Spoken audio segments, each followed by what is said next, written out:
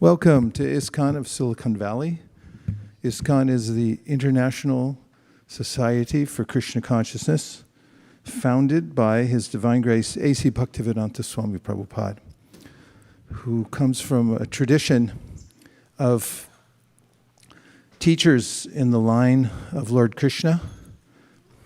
Thank you. Hare Krishna.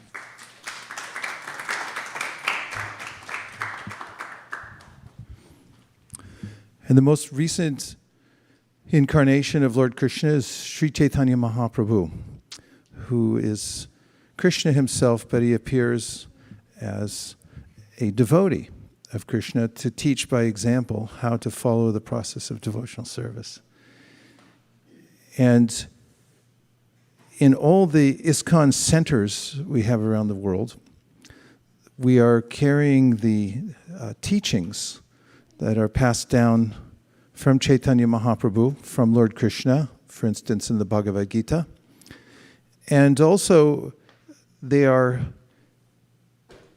practically presented through what's called an acharya, or one who becomes the prominent representative at a particular time of the message. And that's why our founder and acharya means somebody who teaches by example and also gives teachings that are very relevant to people at a particular time period.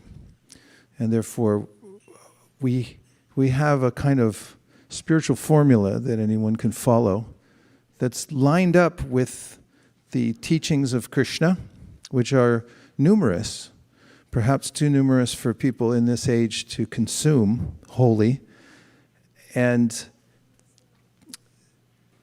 they're given in such a way that no matter what position of life one is in at this time, whether you're busy with kids, whether you're busy with your job, whether you're from the Indian culture or you're from some other culture, it doesn't matter, because ultimately we're all spiritual beings. We're just doing business as. You know how to make a DBA? You have a corporation, and then you have to put in the newspaper that you're going to start operating under another name. Has anybody ever started a DBA? Doing business as? Yes? No? Yes. I can't tell if anybody's responding because of the mask takes away a lot of the communication. No? Do you know what doing business as is? You know what a DBA is, anybody? You know, okay. You haven't done a DBA, okay. I did a DBA some time ago and had to put the new name, it was called the Brihat Madanga Club, in the paper and run it for a while, and then we had authorization through the state to have it notarized, and then we can open bank accounts and everything else under that name, even though it's not the same name as the original corporation. Well, that's what everyone's doing in this world.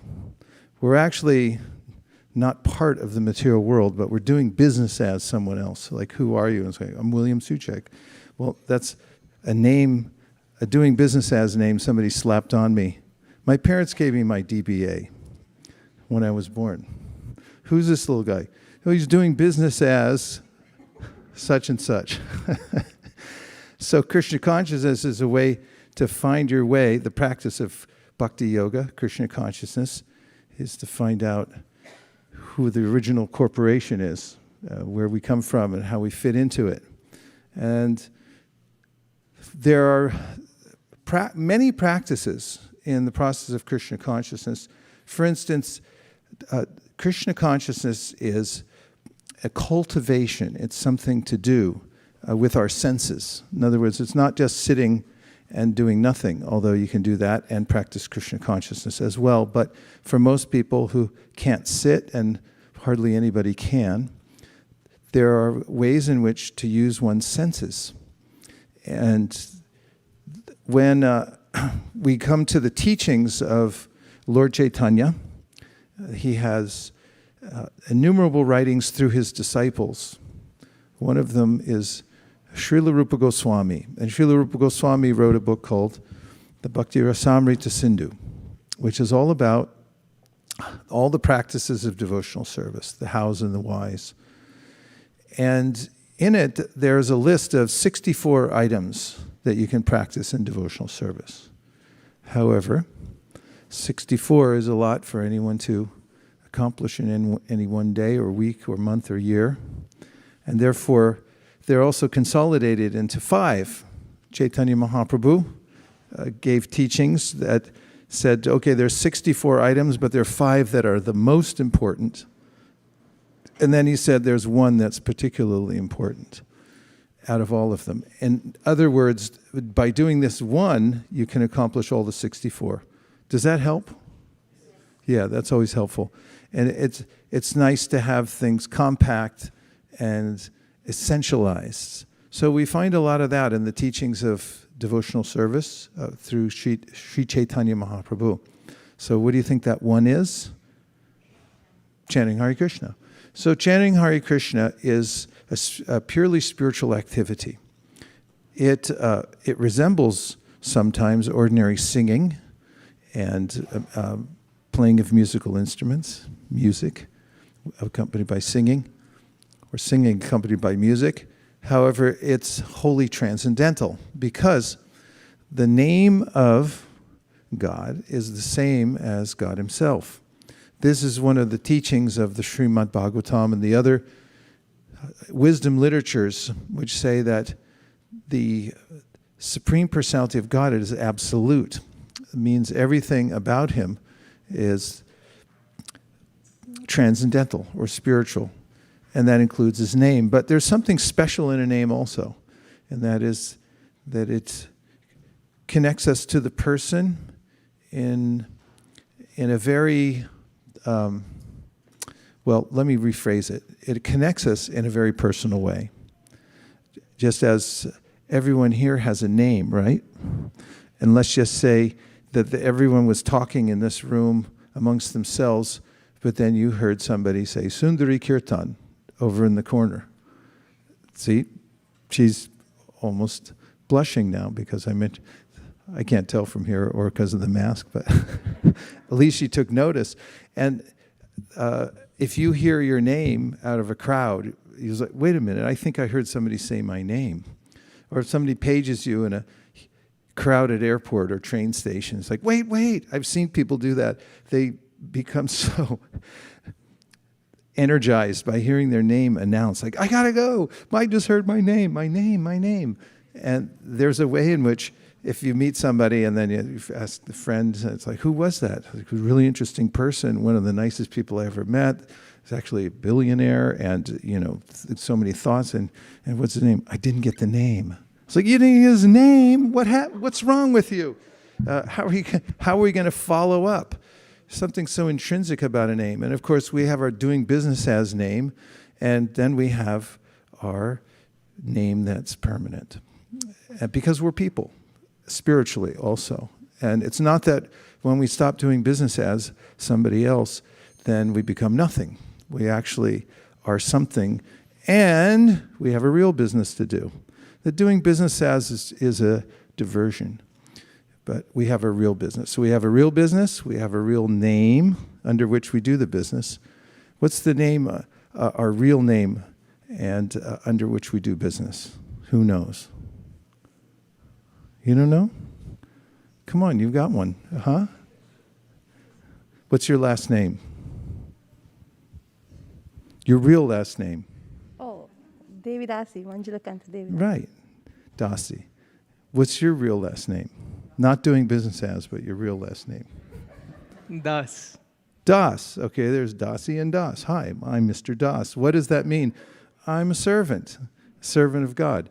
So that's your permanent name. The other ones are your doing business as names. I'm such and such, so-and-so from, this is my father, and this. And these are all doing business as temporarily here in the material world, but we have a permanent eternal name, which is Das or Dasi.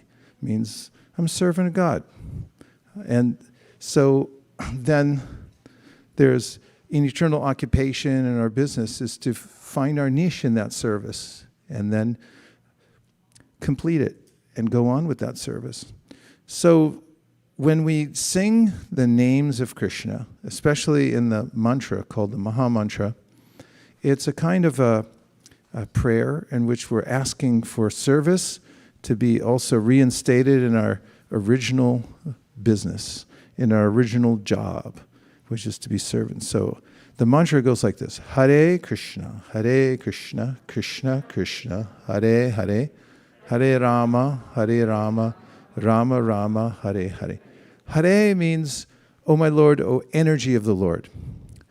Krishna, who's the original conscious divine source of everything and everyone, according to the definition of the Supreme, which is mentioned as Janmadyasya Yataha, that from whom everything else emanates, has unlimited energies. This is mentioned in the Vedas. It says, Parasha Shaktir Vivadaiva Shuyate.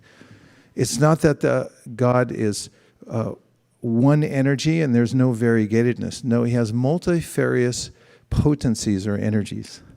And so when we say Hare, we're addressing the energies of Krishna, especially, particularly his internal spiritual energy, who's also personified as Srimati Radharani.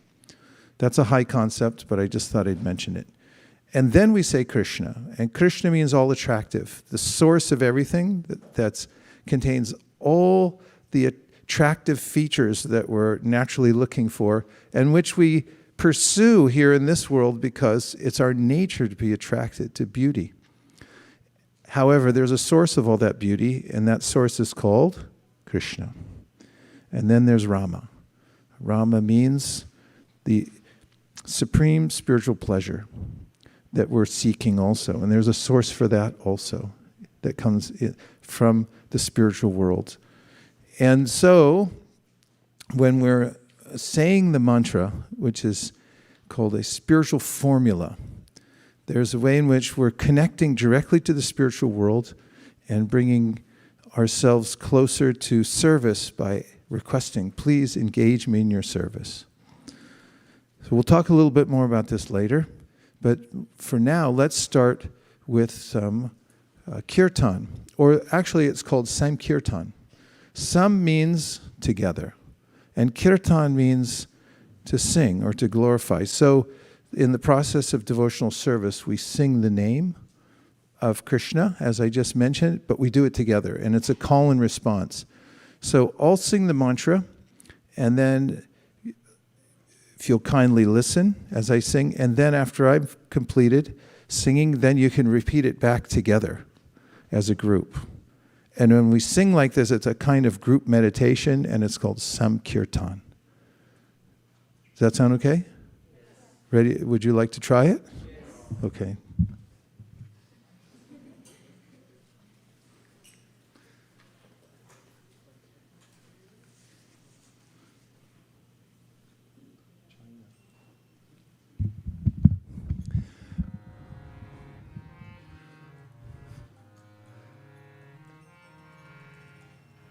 Namo Vishnupadaya Krishna Preshtaya Bhutale Srimate Bhaktivedanta Swami Niti Namine. Now these prayers are, remember I mentioned the Acharya, the teacher who founded this organization, who passes down the teachings in a way that's so impressive that it's obvious that this person has been empowered to do so on a scale larger than anyone's seen. So we honor the person who brought the gift and the process before we try the practice itself. This is a way of entering the system of devotional service in a humble way. We first approach the giver in honor, and give respect, and then we take the gift.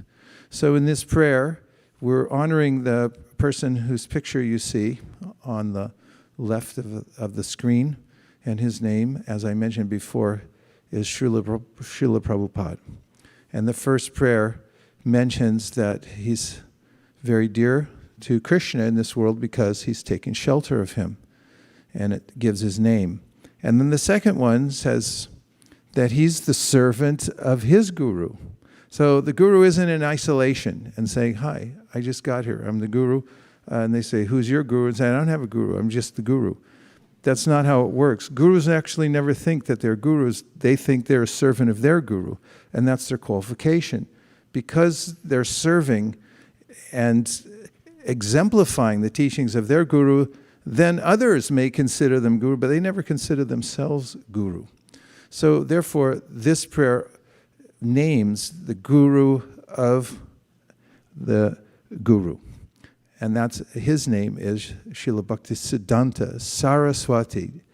And then it's mentioned here why Srila Prabhupada came to America. It says, Gauravani Pracharani, and that means to teach what Lord Chaitanya taught 500 years ago, so everyone could take advantage of it. But who specifically would take advantage of it? It's named Nirvishesh Shunyavadi. So there's a lot of teachings floating around about how ultimate realization means nothing. Like, who are you? I once asked my brother when we were very small, I said, we were falling asleep one night, and I said, Thomas, what happens at death? What's it going to be like? And he said, when you die, you become nothing. And I said, what do you mean nothing? I'm something now, how do I become nothing? And the concept actually alarmed me.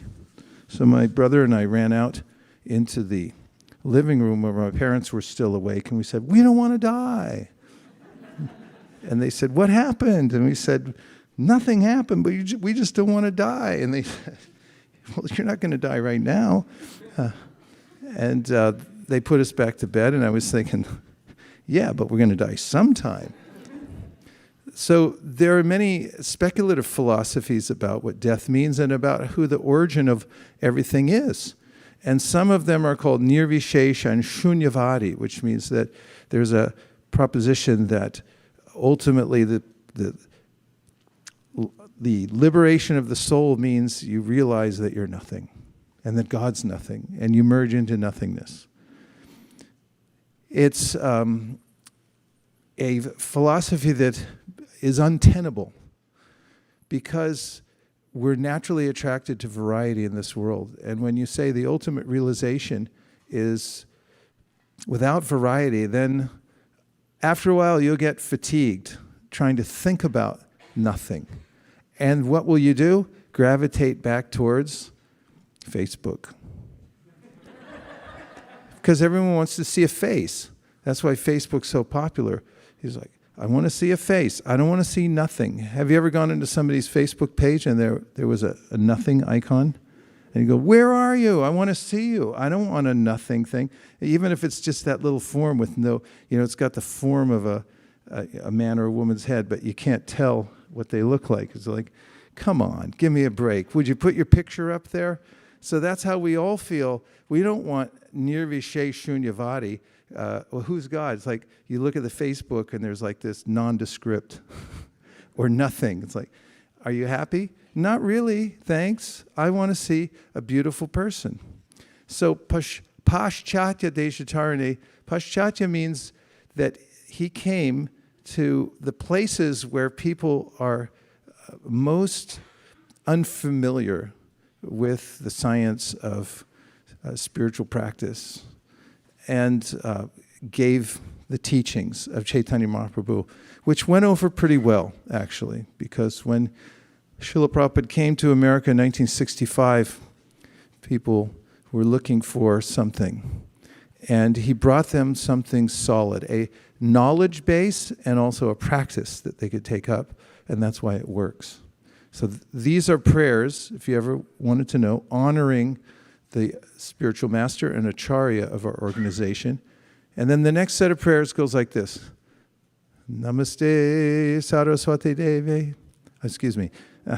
Shri Krishna Chaitanya Prabhu Nityananda Shri Advaita Gadadhara Shivasari Gaura Bhakta Vrinda. And this names Caitanya Mahaprabhu, who is Krishna himself, but he came as a devotee to teach how to practice devotional service by showing his own example. And when he comes, he brings his associates also from the spiritual world, and they interact. He doesn't come alone, but he comes with his associates, and they interact, and they show the process of devotional service. So Nityananda is a beautiful name. Everyone say? Nityananda. Nityananda is the first associate of Sri Caitanya Mahaprabhu, who's also from the spiritual world. And then we have Sri Advaita, who is Mahavishnu, who manifests in this world to teach devotional service. And Gadadhara is a manifestation of Srimati Radharani, but he comes specifically in the form of a devotee to associate with Caitanya Mahaprabhu. And then Srivas. Srivas is a living entity, but he's a pure devotee. And all the five called the Pancha Tattva. Pancha means five and Tattva means truth. So these five manifestations of the Supreme come to teach everything about how to practice devotional service, even if you live in Cupertino. Because there's not a lot of information about devotional service in Cupertino. At least there didn't used to be until ISV moved in, because we've distributed more books per capita in Cupertino than any other neighborhood in the world. Om Tat Sat. So now we're going to chant Hare Krishna, if you wish. And we're going to chant it in a pentatonic tune, which is five scales, five notes in the scale, which sounds kind of Asian, and it is. If you go to Cambodia or Indonesia, you're going to hear a similar kind of tune. We're going to sing it to the Hare Krishna Maha Mantra. So let's take a trip to Peking. Peking. Hare Krishna, Hare Krishna, Krishna Krishna, Hare Hare, Hare Rama, Hare Rama, Rama Rama, Hare Hare.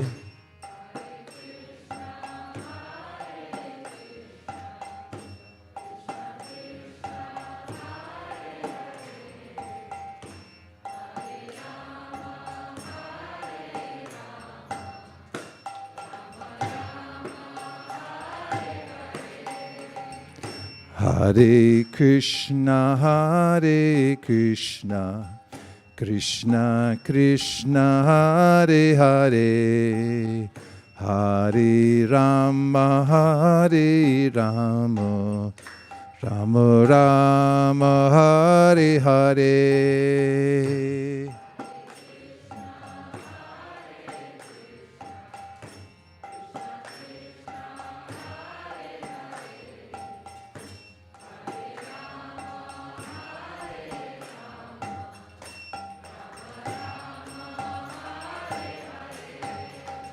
Hare Krishna, Hare Krishna, Krishna Krishna, Hare Hare, Hare Rama, Hare Rama, Rama Rama, Hare Hare.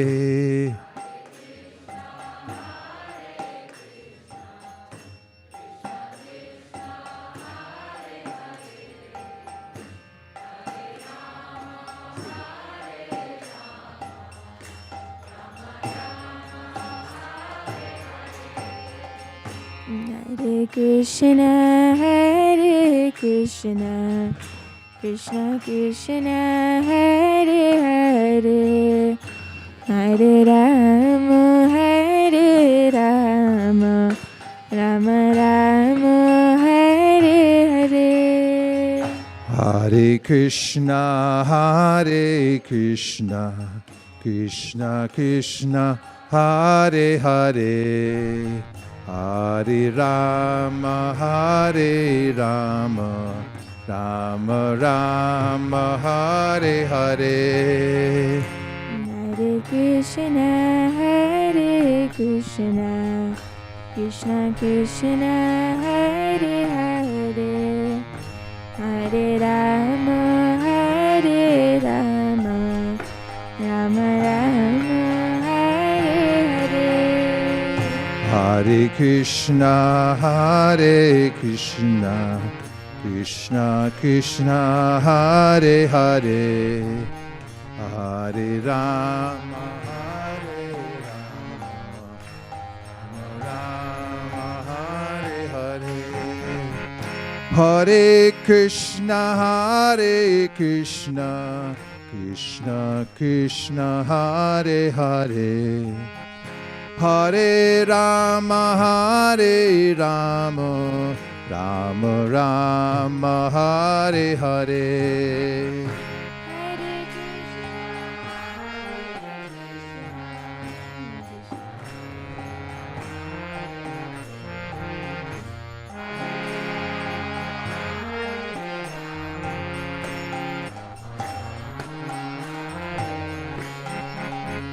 Hare Krishna,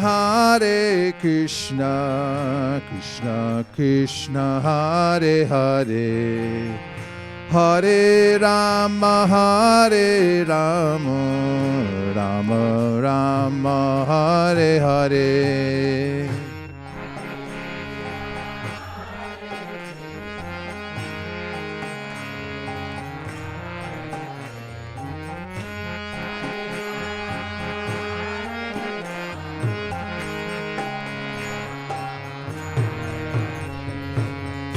Hare Krishna, Krishna Krishna, Hare Hare, Hare Rama, Rama Rama, Hare Hare.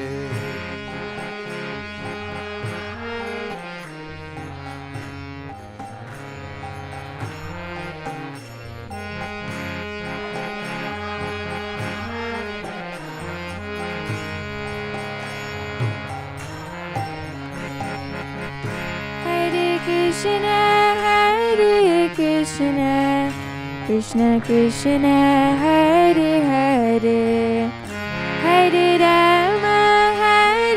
Rama, Rama Rama, Hare Hare. Hare Krishna, Krishna Krishna, Hare Hare, Hare Rama, Rama Rama, Hare Hare. Hare Krishna, Krishna Krishna, Hare Hare, Hare Rama, Rama Rama, Hare Hare. Hare Krishna, Krishna Krishna, Hare Hare, Hare Rama, Rama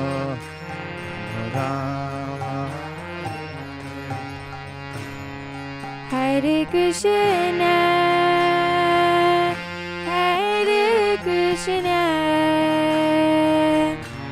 Krishna Krishna, Hare Hare, Hare Rama, Rama Rama, Hare Hare. Hare Krishna, Krishna Krishna, Hare Hare, Hare Rama, Rama Rama, Hare Hare. Hare Krishna,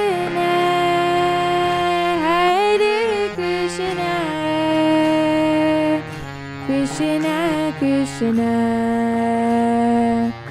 Hare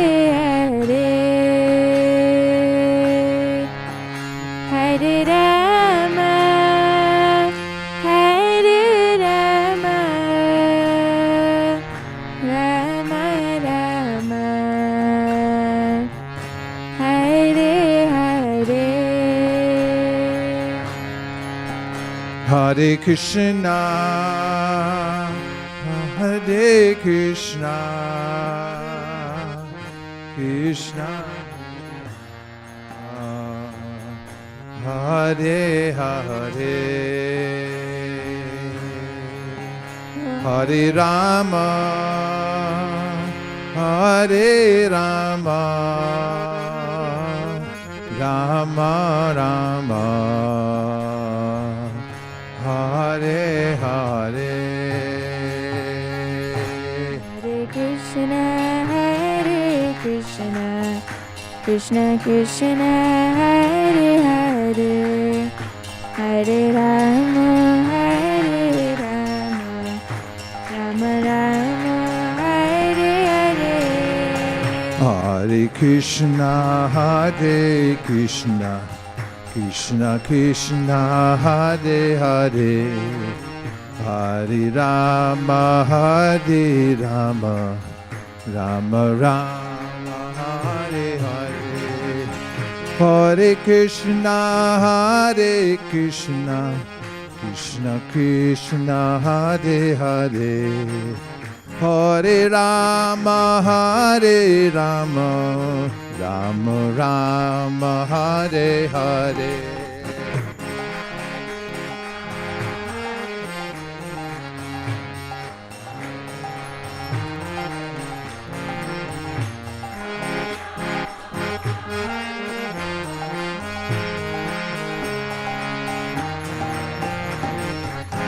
Hare Krishna, Hare Krishna, Krishna Krishna, Hare Hare, Hare Rama, Hare Rama, Rama Rama, Hare Hare.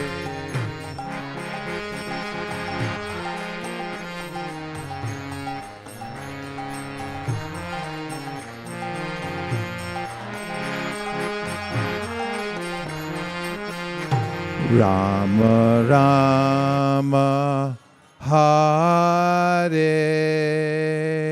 Hare, Gaur Premanande, Nitai Gaura Haribo, Haribo, Haribo, Nitai Gaura Haribo.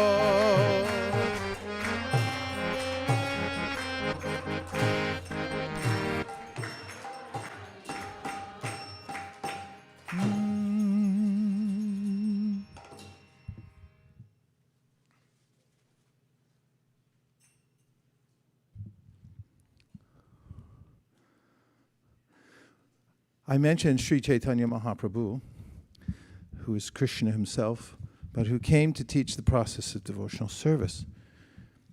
And his interaction with the people of the time gave us many lessons for our own lives. So one of them that we may be able to relate to is the complexity of life in general. Anyone? Things tend to get complicated in this world, and sometimes it's hard to see our way, to know what to do next, because both options look equally bad. In fact, very rarely do decisions come with options that are so clear-cut that you know exactly what to do. Therefore, we have good guidance through the teachings of Krishna himself in books like the Bhagavad-Gita. However, sometimes, even when we pick up the Bhagavad-Gita, first of all, I maybe feel so overwhelmed by my situation, it may be even hard to read it. Or I might read something and still feel that which instruction is meant for me in this book. In which case, one can go to a person who has read the Bhagavad Gita and practiced it for a long time, has been through various circumstances in which he or she has followed the Bhagavad-Gita and found her way forward in life, and therefore has a clear idea, just like a sea captain who might have gone across the ocean 20 times and knows the admonition that red skies at night, sailors delight. Red skies in the morning, sailors take mourning. A novice going across the ocean may say, "Oh, isn't that a beautiful red sky this morning?" And the captain will say, "We're about to get creamed here on the ocean." The sea captain knows, having gone across. Therefore, Krishna himself talks about how the body that we have is like a boat. Nrideham adyam sulabam sadulabam plavam sukalpam guru karanadaram. He says that the human body is called nrideha, and that it's a boat that is equipped to take us across the ocean, but we need a couple of things. One is we need wind. This is a wind power boat, sailboat. Nrideham adyam sulabam sadulabam plavam sukalpam guru karanadaram mayana kulyena dabasvataritam. We need favorable breezes to go across, and those favorable breezes are the teachings like the Bhagavad-Gita. And then, he says, you also need a captain to navigate the ship in the right direction. So, when we have Bhagavad-Gita, but we also have to have some guidance from people on the ground and in front of us who can answer on a daily basis. Well, what does this mean? How do I apply it in my life? And so forth. 95% of questions generally in a community are about daily life. They're not highly philosophical. They're like, how am I going to get through this one? Something with the family, something with the relationship, something happens, and we become, we're challenged all the time. So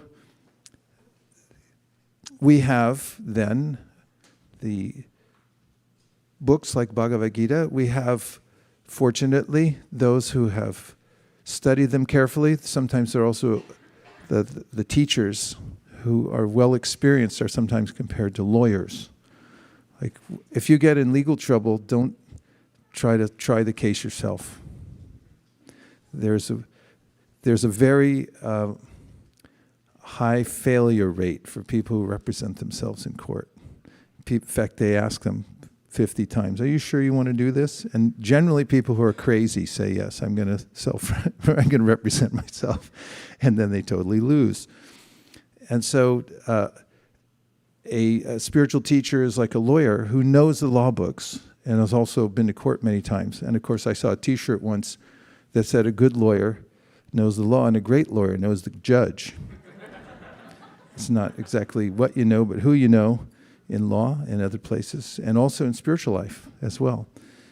And then we have a body of practitioners who have gone through the process from antiquity that we can look to and see how did they do it. These are three ways called Guru, Sadhu, and Shastra. Shastra means the teachings of Bhagavad-Gita and Srimad Bhagavatam. The core teachings that are passed down intact so that we can take advantage of them. And in these days, in our own homes. It didn't used to be like that. It was very difficult to get books. You had to copy them by hand. And having a book was something wealthy people would have. Most people would go and listen to a talk somewhere in a village or a town and imbibe the knowledge that way. Books are beloved in human society, but they're much easier to get now, so we can easily take them for granted. And then you have a guru, which means heavy, somebody who's heavy with knowledge, like a sea captain or a really good lawyer, to help you understand which parts of the spiritual law books to apply and how they apply to your life and how to use them and how to get out of jams, how to get out of jail of your mind. And then we have what's called Sadhu. Sadhu is a word related to sadhya, which means the goal, and sadhana, which means the practice towards the goal. And a sadhu is somebody who's well established in the process, has a consistent record, a really thick portfolio. And so there are many famous sadhus.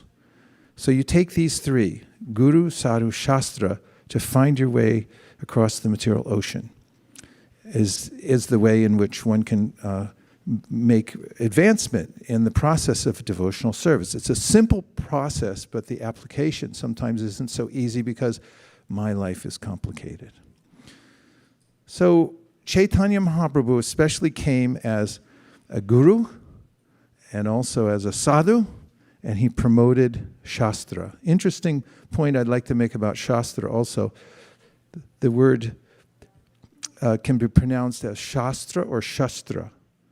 So as Shastra, it means the knowledge, the body of knowledge, or a spiritual teaching, like the Bhagavad-Gita. And when you say Shastra, it's just a short A rather than a long A, then what you're referring to is a weapon like a sword. So we, rather than being subjected to the sword, which comes naturally when we violate the laws of nature one way or another, we get some kind of reaction, which is kind of a reminder, or we might say it's punitive, some kind of punishment, to remind us to stay on the road. And if you don't take the Shastra, then you get the Shastra. So you can do it the easy way or the hard way. Now, Caitanya Mahaprabhu, there are a couple of examples about how he helped various people. One of them was named Tapana Mishra. When you read about the life of Caitanya Mahaprabhu in his teachings, you'll find that the name Tapana Mishra comes up a lot. So who is he? He was a Brahmana, and he had access to a lot of books, which was a big deal at that time because, as I mentioned, they were written by hand. You had to find a scribe to copy them. And did you know that scribes were mostly illiterate? They're kind of like modern-day copy machines. Yes, they could in, they go, okay, I can copy that. They knew how to copy it. They didn't necessarily know how to read it. And they weren't aware sometimes if I doubled the line. It wasn't so easy. So books were very rare. But Tapana Mishra had access to books, and he read a lot. And he read so many books from so many different categories of knowledge that he found himself one day very confused. He said, I've read a lot of books, but I actually don't know what the goal of life is, nor do I know how to attain it. I recently saw a clip with Carl Sagan, the famous scientist. And he was in a library, and he started at one end of the library, and he said, here's how many books, if you read, and he named a certain number of books, reading per month, like 2 books a month, that you could read in a lifetime. So he walked for quite a while down the galleyway of the library, pointing out, these are the number of books you could read in your lifetime if you were really into reading and you read so many books. And then he stopped at the end and he said, but it's not how many books you read that counts, it's which books you read that count. So Tapana Mishra ran into this problem. He heard from so many different sources that he wasn't sure which one was right for him, because they all had a verisimilitude of truth. They sounded pretty good, and they were confusing in their aggregate. So it just so happened at that time, and this is often how spiritual life starts, through some serendipity. Tapana Mishra went to sleep one day after feeling particularly oppressed by this feeling of confusion, and he had a dream. And in the dream, he saw Sri Caitanya Mahaprabhu. Now, Sri Caitanya Mahaprabhu is not an ordinary looking person because he's the Supreme Personality of Godhead. It's mentioned for those of you who every day wake up early in the morning and recite the whole Vishnu Sahasranam, Stotram, raise your hands. It's a busy time these days. Suvarna Varnav, He Mango Varnanga Shanshanangadi Sanyasya Krishnama Shanto Nishta Shanti Purayanaha. This is a verse about Chaitanya Mahaprabhu that describes him as being a golden color. And he was the color of molten gold. So in his dream, Tapana Misra saw this most beautiful, effulgent personality. And when he awoke from his dream, he then met Sri Chaitanya Mahaprabhu, who just happened to be in the area of East Bengal on a mission to gather more students. He had become famous even by the time he was 11 years old for his scholarship, and he began teaching. And people flocked to him from everywhere because he was the most brilliant teacher and scholar that anyone had ever heard of. And he was this young, very attractive personality. And when he went to East Bengal, he got thousands of followers there. And there, people were coming to him, but Tapana Mishra just happened to meet him walking one day. And this is what Krishna says in the Bhagavad-Gita, Ishvara sarva bhutanam hrida sharajuna tishtati, brahmayan sarva bhutani yantar rudrani maya. I'm within the heart of every living being. And Krishna knows the psychic movements of every living entity. And therefore he could tell that Tapana Mishra was a sincere person, but he was confused. So it was his mission to give clarity to all the people who were aspiring for spiritual practice. So he arranged to meet Tapana Mishra. And when Tapana Mishra met Chaitanya Mahaprabhu, he saw, that's the same person I saw in my dream. And he went and offered his life to Chaitanya Mahaprabhu. That's how he felt when he saw him. And then he said, I don't know what to do. I've read so many books. I've studied so many different spiritual processes. What's the best one? What should I do? I'm very confused. And in this context, the author who's writing about the life of Chaitanya Mahaprabhu gives a verse from the Srimad Bhagavatam, which indicates that one not only needn't read many books, but one shouldn't read too many books. You don't have to. You can enter deeply within the ones that matter. Remember what Carl Sagan said? It's not how many you read, it's which ones you read. And so there are certain books that you can go into again and again and again, and you'll never come to the end of it. For instance, Bhagavad-Gita, if you read it all day, every day, and we've done this, remember?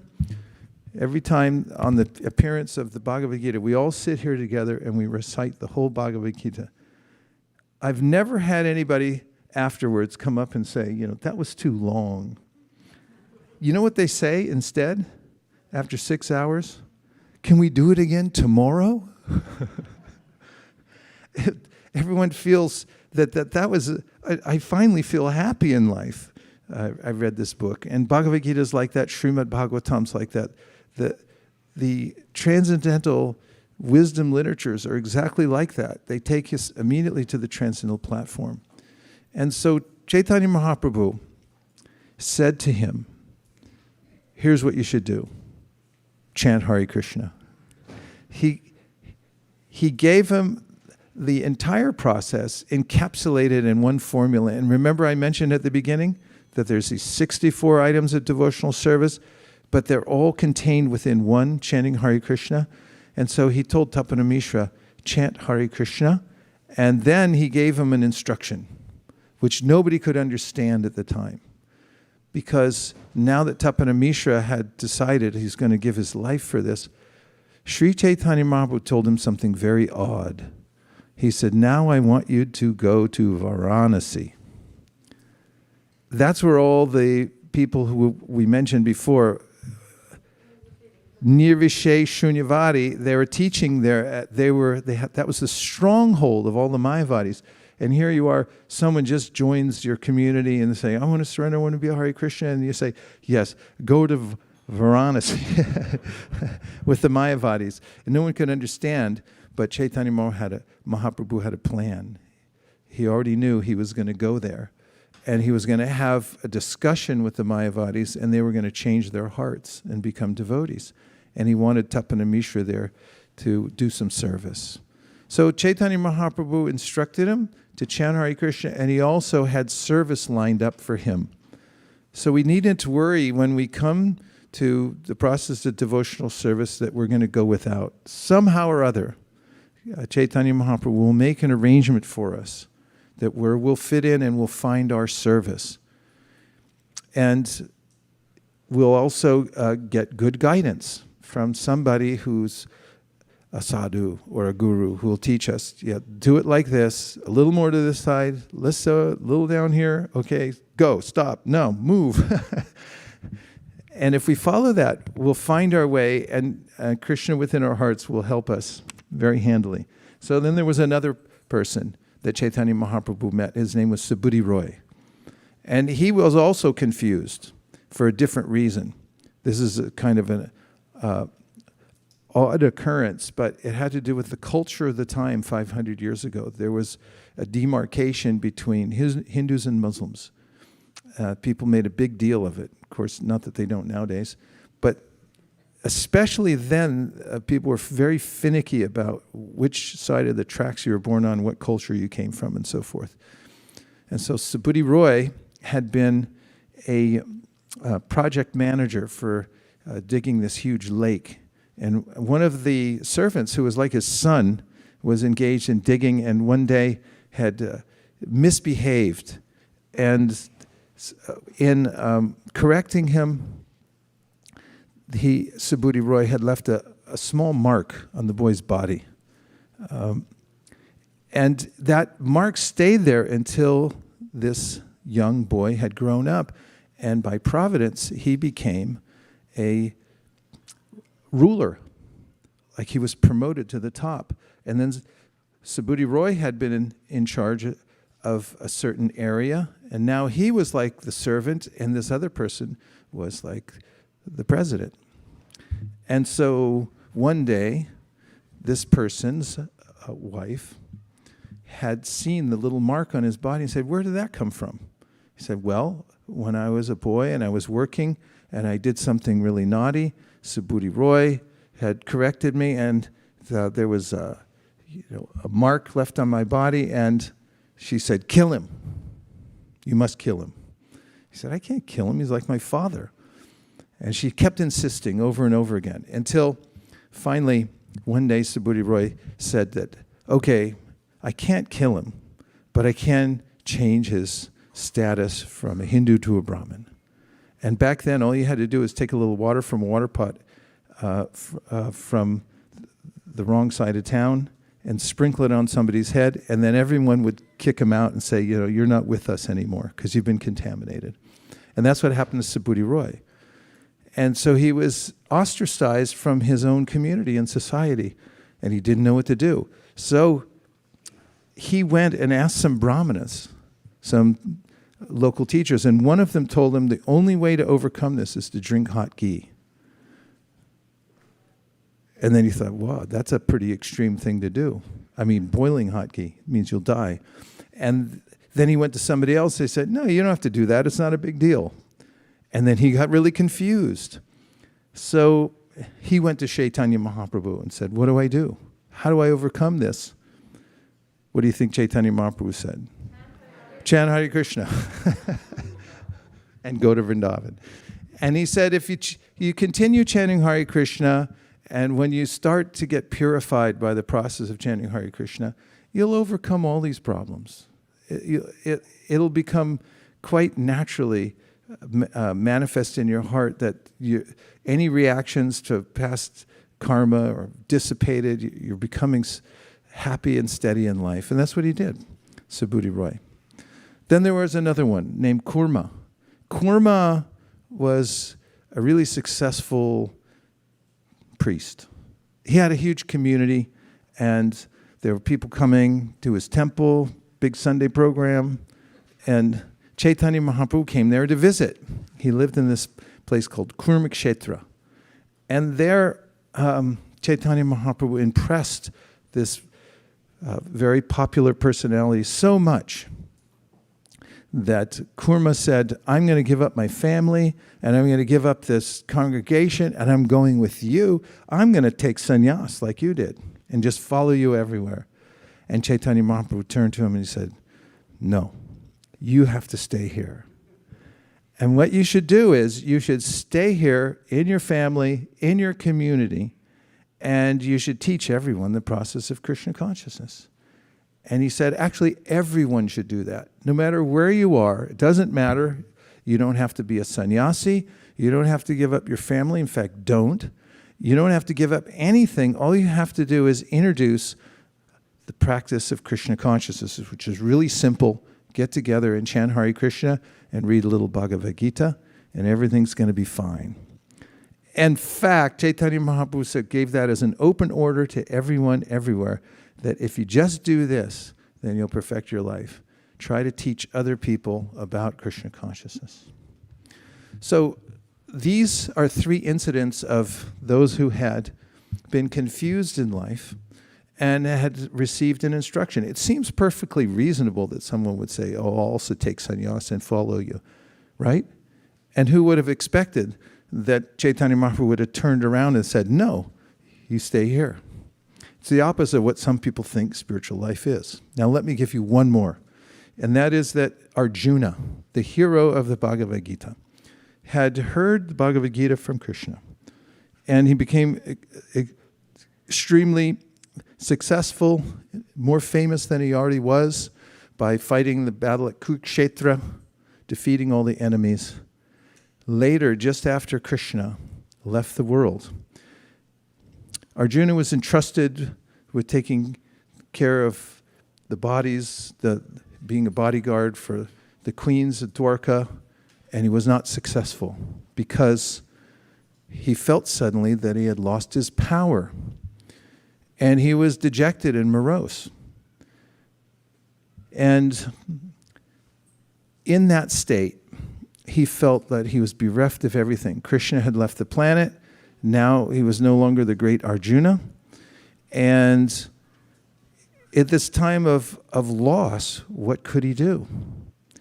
He remembered the teachings he got from Krishna at Kurukshetra and the Srimad Bhagavatam. In fact, I'd like to show it to you. If you would turn to, please, to Srimad Bhagavatam 1:15-29, I'm going to read you a short excerpt that goes right to the heart of the matter. And imagine you're the greatest hero, known for your prowess in fighting, and now he was overcome by some infidel cowherders who attacked him, and he couldn't defend himself even after he had been so successful at Kurukshetra and everywhere else. So in this 1:15-29, if I may, I'm going to read you the translation and the very short part of the purport. Arjuna's constant remembrance of the lotus feet of Lord Sri Krishna rapidly increased his devotion, and as a result, all the trash in his thoughts subsided. If you've ever felt any trash in your thoughts, or had trash like thoughts, this one's for you. Material desires in the mind are the trash of material contamination. By such contamination, the living being is faced with so many compatible and incompatible things that discourage the very existence of spiritual identity. Birth after birth, the conditioned soul is entrapped with so many pleasing and displeasing elements, which are all false and temporary. They accumulate due to our reactions. They accumulate due to our reactions. Now I'm lost. Compatible, there you are. Reactions to material desires. They accumulate due to our reactions to material desires, but when we get in touch with the transcendental Lord in his variegated energies by devotional service, the naked forms of all material desires become manifest, and the intelligence of the living being is pacified in its true color. As soon as Arjuna turned his attention toward the instructions of the Lord as they are indicated in the Bhagavad-Gita, his true color of eternal association with the Lord became manifest, and thus he felt freed from all material contaminations. My last point I'd like to make for now is that we'll inevitably come across situations in this life that are extremely trying. They'll be unbelievably trying. And beyond what we ever expected we might have to face in this lifetime. There's only one way that you can overcome the onerous nature of the results of experiencing such situations. And that is by turning to Guru, Sadhu, and Shastra. And processing, just as Arjuna did, taking shelter of what Krishna said. And in the Bhagavad-Gita, Krishna says such commonsensical things as, you're not your body. Yesterday, I was at a retreat, and there were quite a few young people, mostly from Western culture, many of whom said it was their first time ever to such an assembly. And during the short talk that I gave, I made the proclamation that you're not your body. And when I asked for reflections, several people remarked that was the most amazing thing they had ever heard. And actually, it is amazing, but I take it for granted and I forget it over and over again. And here's the fact. All the trouble that I have in this world is due to misidentifying myself with my mind and my body. And Krishna solved that problem by talking about how you're not your body. You can't be cut, dried, burnt. You can't be withered by the wind. None of that. So as a spiritual community, individually and collectively, whenever we have difficulty in situation, we have to give two sides. We have to give our heartfelt compassion, as Krishna mentions in the Bhagavad-Gita also. Atmaupam yena sarvatra samam pashiti Arjuna sukham va yadiva dukam sayogi paramo mataha. A yogi is one who knows how to feel empathy for others suffering despite the fact that they're not their body. And we also have to give the other side, which is, you're not your body. And let's remember together how to come through all dark situations and happy situations in this world, apparently. There's always a Ferris wheel in the material world. Sometimes we're up and sometimes we're down. We're on that Ferris wheel. So the way forward is apparent, and it's given by Caitanya Mahaprabhu through his own teachings, showing how he brought people in confused situations or extremely distraught situations onto the clear path of devotional service, and that also by remembering Krishna's teachings in all circumstances, going back to the basics and remembering Bhagavad-Gita, we can process whatever's happening to us and within our community in such a way that we can become more realized, we can become stronger, and we can simultaneously be ultimately compassionate. For everyone will be through troubling situations in this world. Om Tat Sat. Okay, a couple of reflections. And first of all, everyone please stand up just for a moment.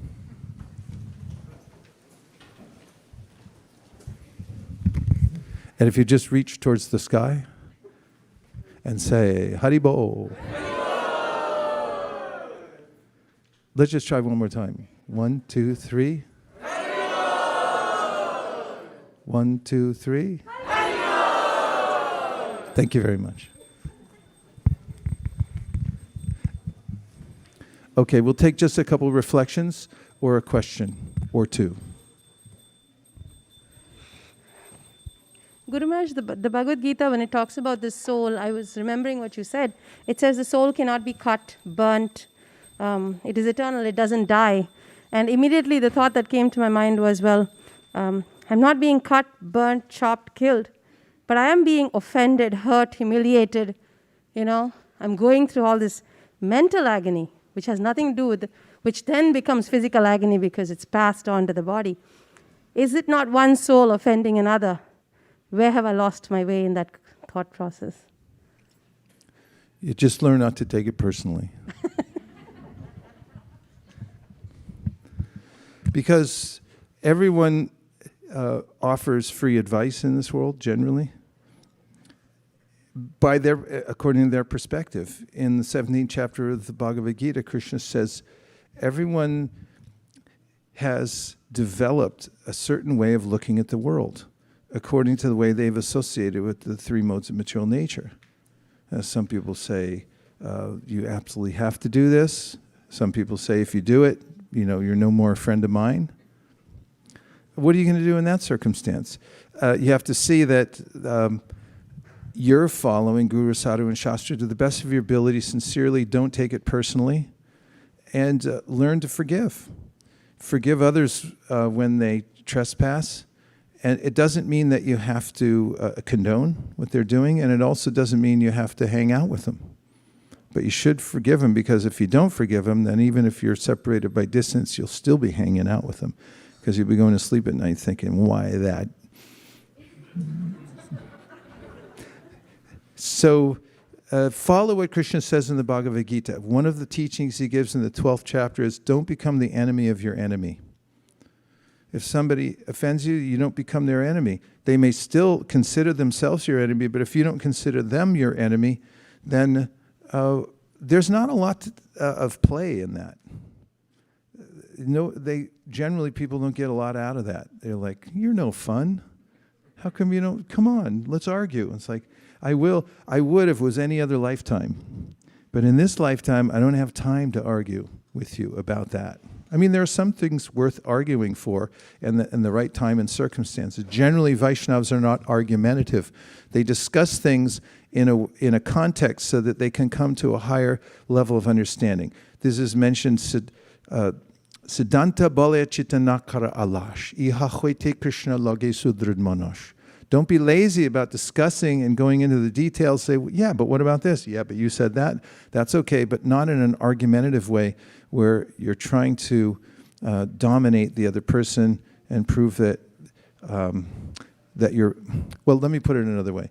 When you feel that it's non-productive, it's not going towards a siddhanta, then you don't need to engage so much. And if somebody offends you, then use the mantra, I live to be corrected. In fact, I saw a famous communicator, and he was saying, if somebody insults you, there's different ways to reply. One of them is just say, okay.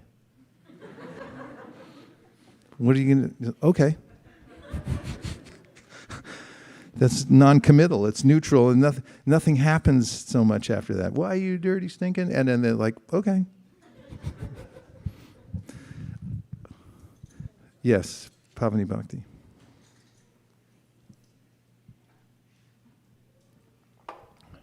Hare Krishna Maharaj, please accept my most humble obeisances. Hare Krishna. My question is about when somebody is in distress or in a problem. Like this morning we were discussing, somebody asked a question, the Florida episode, like... Get them seats, please. Get them some... Yeah, please take care of our guests. Thank you. When somebody is in distress, how do we show compassion and bring them to Sadhu, Shastras and Guru? When somebody is in distress? Yeah. When somebody is in distress, you have to address why they're distressed and try to help them. Because there's a Maslow's hierarchy of needs.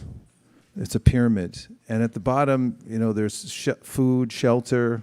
Then there's psychological needs that people have. They have to be understood, and you have to appreciate what their distress is.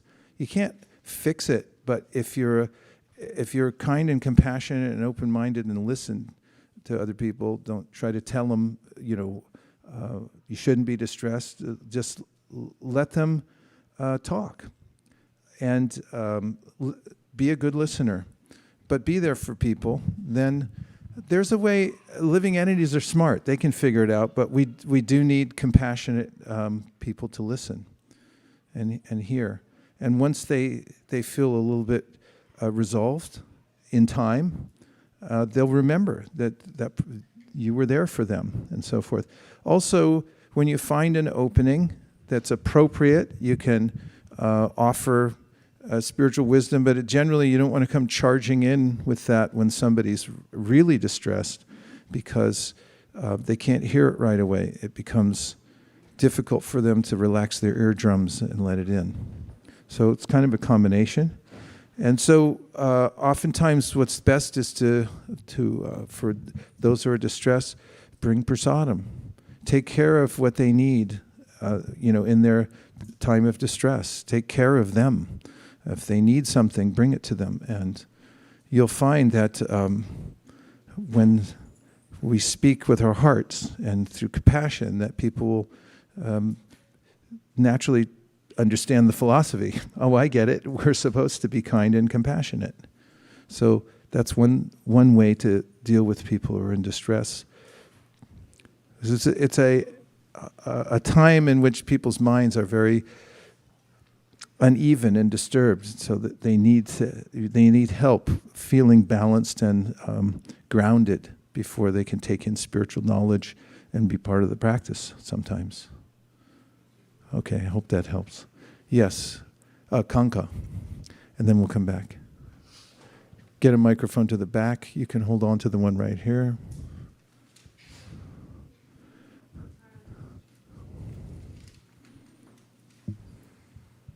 Maharaj, thank you for the class. It was really inspiring. Have you gone back and told your brother what happens at the time of death? It's been a really interesting saga with my family. One of the reasons I'm thinking about it is because in something I'm writing right now, the editors told me I had to write a backstory. And I was really reluctant to do it because and I found this in school too when I was writing, and I had to write autobiographically. I had a teacher, Miss Catherine Lucas. She was really good, San Francisco State, fantastic teacher, English literature. And she asked me to write autobiographically, and then she kept challenging me. I'd get my papers back, and then I'd talk to her, and she'd say, you're hiding something here. Like, wow, I'm that transparent or not transparent. and it became kind of therapeutic. And it just recently in writing autobiographically, it opened up a whole area of remembrance of my interaction with my family. That's my brother Thomas that I was talking about. He's 2.5 years older than I am, and I'm still very close with him. In fact, I was just communicating with him last night, and yeah, he knows everything. But so did my parents. I mean, they saw everything. They weren't slow. They were very intelligent people, academics, and they could see, but their eardrums weren't relaxed until the last minute. And I don't know, Thomas, if you're listening, no. He knows, he's seen, we've talked, but I have to be careful. When you talk to your relatives, unless they're open, especially if they're older, you don't just barge in. It's like, look, I tell you, you don't tell me. Until the roles reverse by some circumstance, like you never come in and tell. Of course, some of you're from such elevated backgrounds. I hear all the time. I called my mom, told her to chant 16 rounds. She's chanting 32. What can be done? But in general, you don't instruct your parents and your older brother and things like. You wait until they say, I'm not your brother anymore. I'm a living entity. What should I do now? Kind of like Arjuna at Kurukshetra.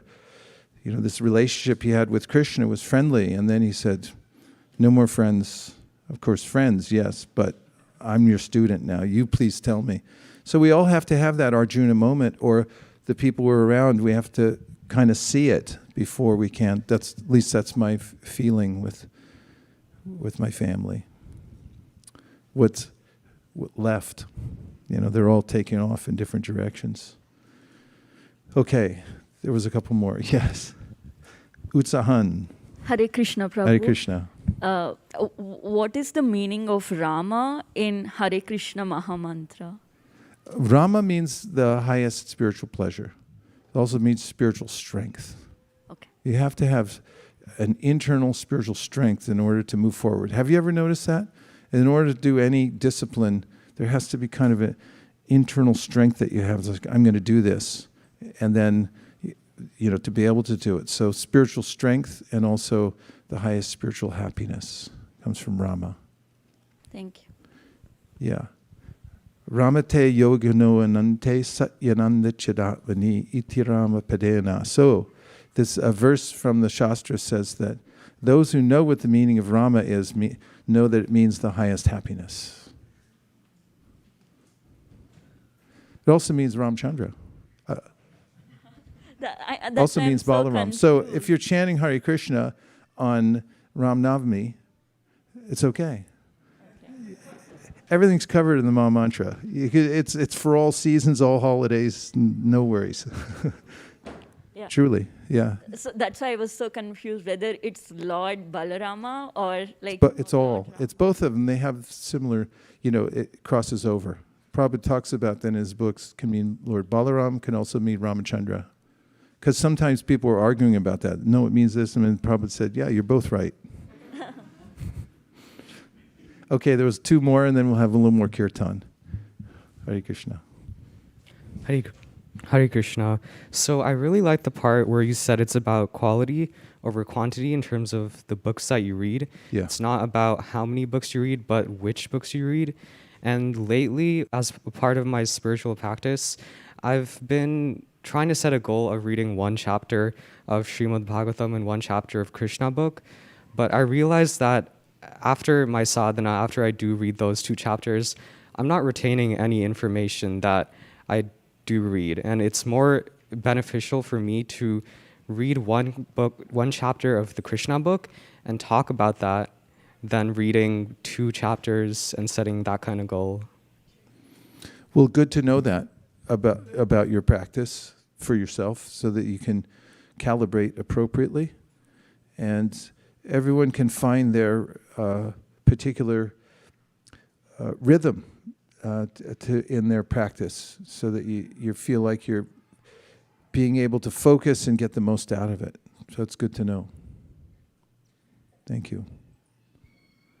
Also, we're not hearing and reading just for the information. Not that that's what you're saying or anything, but sometimes people say, well, I didn't learn it all.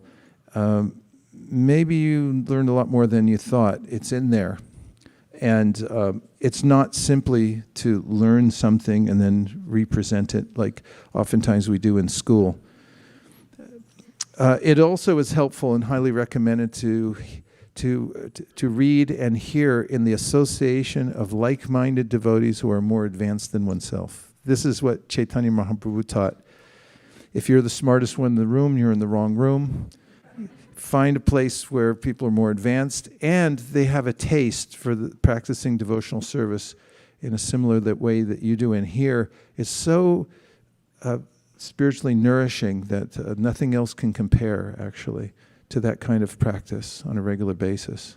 Anyway, I know you're doing that, and it's really nice to hear how much you're doing it. That's a lot. Okay, we'll take... Hare Krishna, Guru Maharaj. Yes, Hare Krishna. Hare Krishna. Hare Krishna. Nice to be there inside the temple, ISV temple. Thank you. I was thinking about something that you were talking. You were talking something about the forgiveness and something like when you are like not forgive someone is like to take poison and expect that the other one die. So. Right. It's important to develop that, and you make me remember on that and how to be like Sri Chaitanya Mahaprabhu said, Trinadapi Sunichana Tarorapi Saisnuna Manina Manadena Kirtanya Sadahari. That's the best stage to chant continually the Maha Mantra Hare Krishna. So thank you so much, Guru Maharaj. Great to see you. Hare Krishna. Harival. Thank you. We're going to chant a little more now, because we have a couple more minutes, and then we're going to have an arti ceremony, which is a very beautiful ceremony offering various items of worship to the form of the Supreme Personality of Godhead.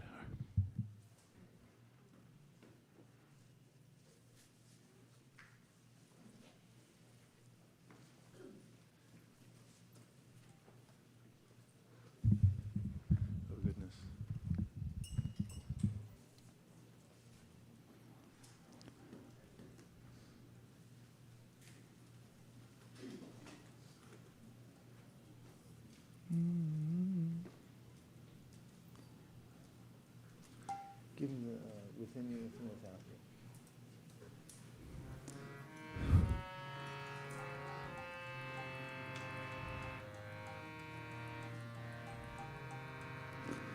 Hare Krishna, Hare Krishna, Krishna Krishna, Hare Hare, Hare Rama, Hare Rama, Rama Rama, Hare Hare.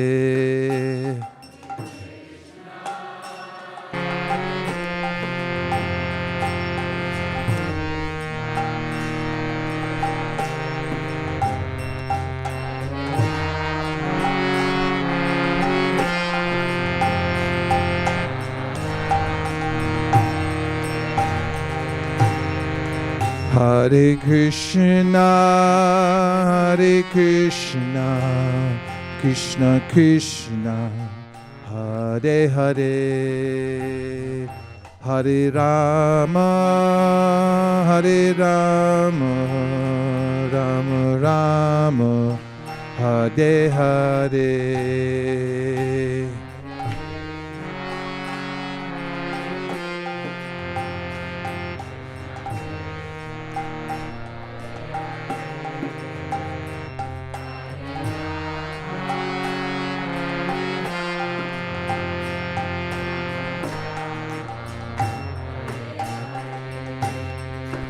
Hare Krishna, Hare Krishna, Krishna Krishna, Hare Hare, Hare Rama, Hare Rama, Rama Rama, Hare Hare.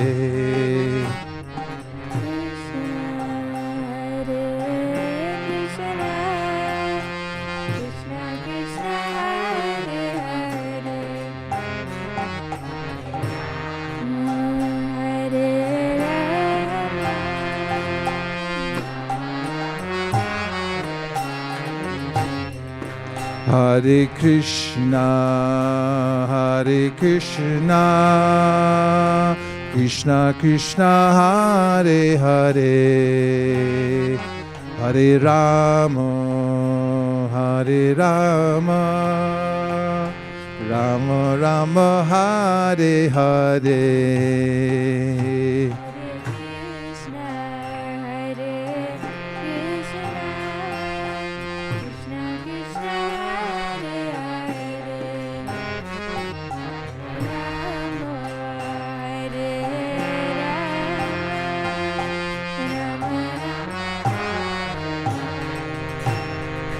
Hare Krishna, Hare Krishna, Krishna Krishna, Hare Hare, Hare Rama, Hare Rama, Rama Rama, Hare Hare.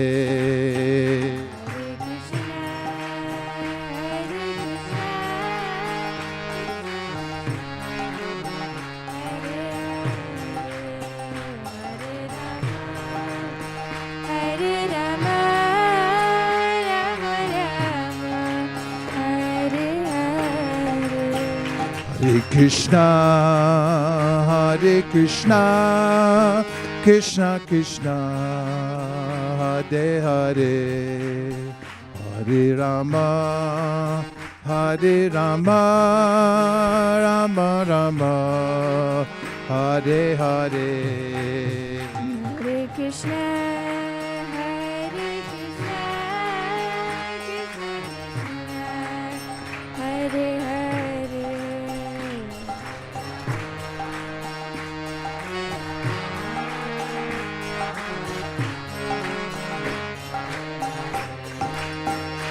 Hare Krishna, Hare Krishna, Krishna Krishna, Hare Hare, Hare Rama, Hare Rama, Rama Rama, Hare Hare. Hare Krishna, Hare Krishna, Krishna Krishna Hare Hare Rama Hare Rama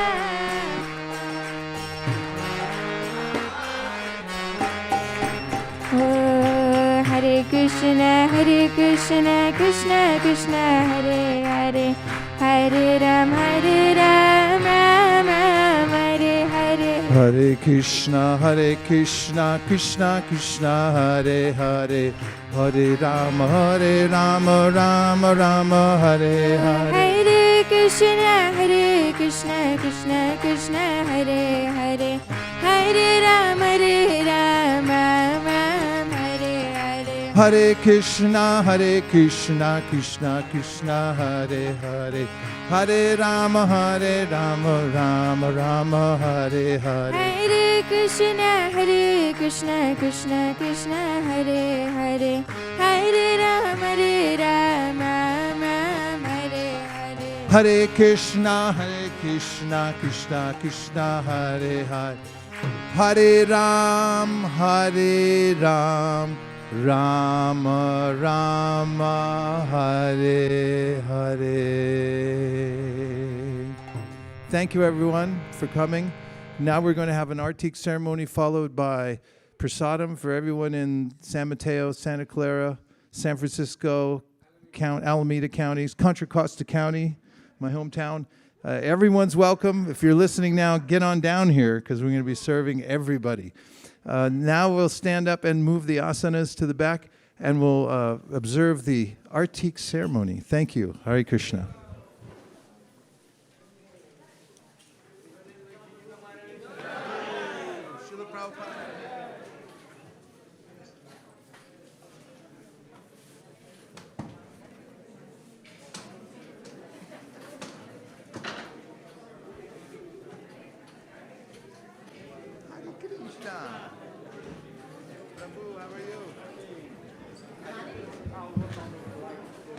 Okay.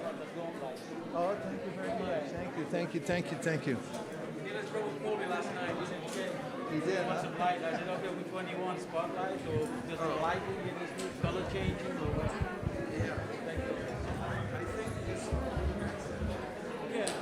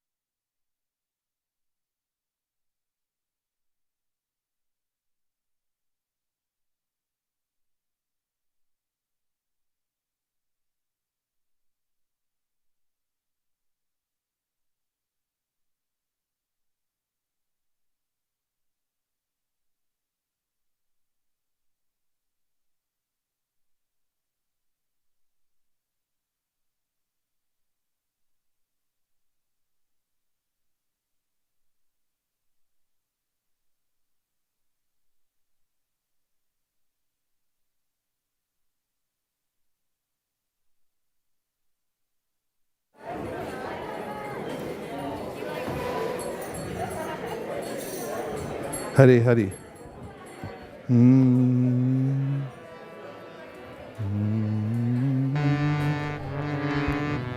have a lot of rainbows these days. Hare Namah Om Vishnupadaya Krishna Prishtaya Bhutale Srimate Bhaktivedanta Swami Niti Namine.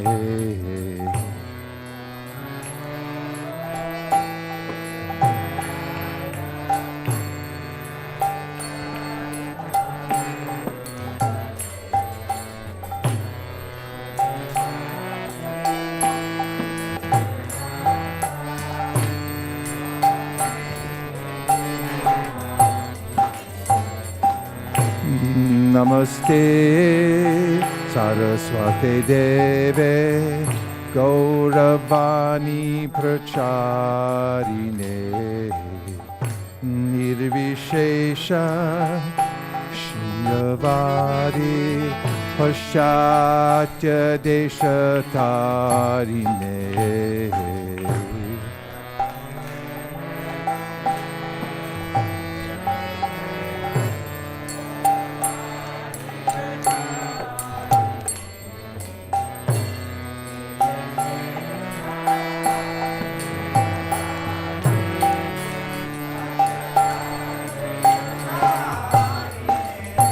Jaya Shri Krishna Chaitanya Prabhu Nityananda Shri Advaita Gadadhar Shivasari Gaur Bhakta Vrinda.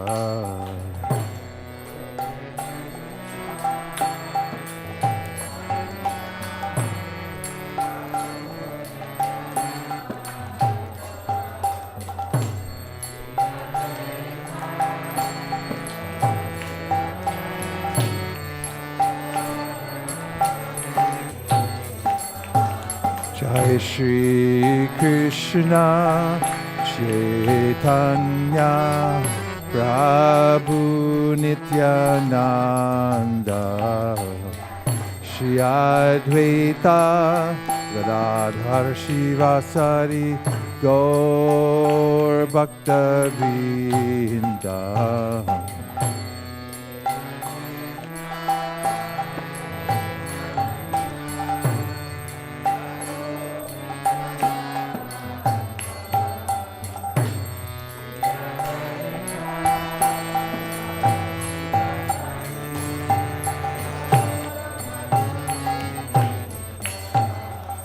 Hare Krishna, Hare Krishna, Krishna Krishna, Hare Hare, Hare Rama, Hare Rama, Rama Rama, Hare Hare.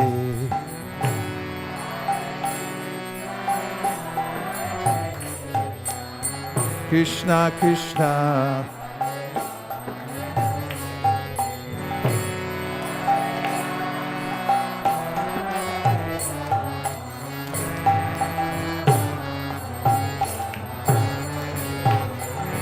Hare Krishna, Hare Krishna, Krishna Krishna, Hare Hare, Hare Rama, Hare Rama, Rama Rama, Hare Hare.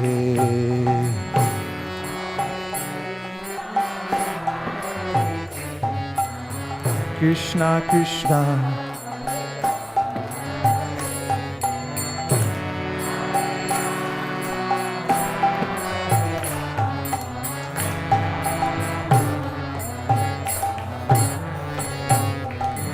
Hare Krishna, Hare Krishna, Krishna Krishna, Hare Hare, Hare Rama, Hare Rama, Rama Rama, Hare Hare.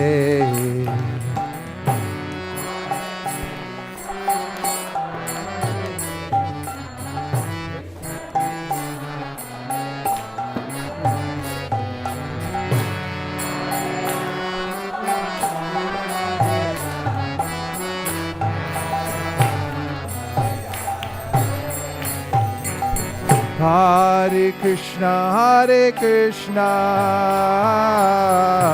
Krishna Krishna, Hare Hare, Hare Rama,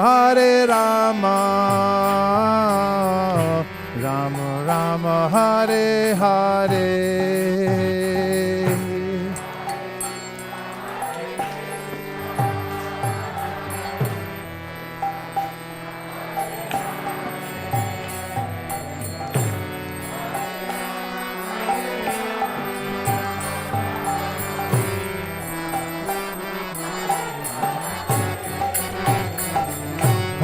Hare Krishna, Krishna Krishna, Hare Hare, Hare Rama, Rama Rama, Hare Hare.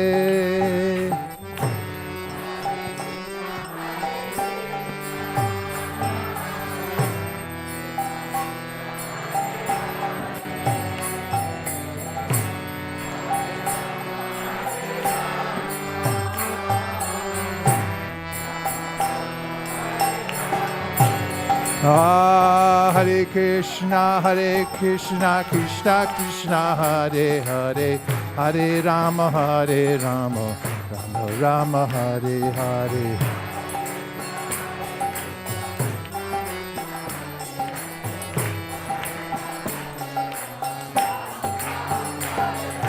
Hare Krishna, Krishna Krishna, Hare Hare, Hare Rama, Rama Rama, Hare Hare.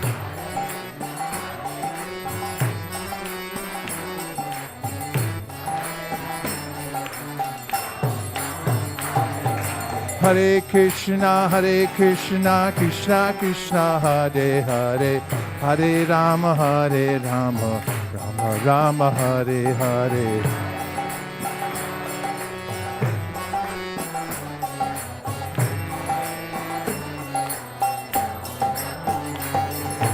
Hare Krishna, Krishna Krishna, Hare Hare, Hare Rama, Rama Rama, Hare Hare.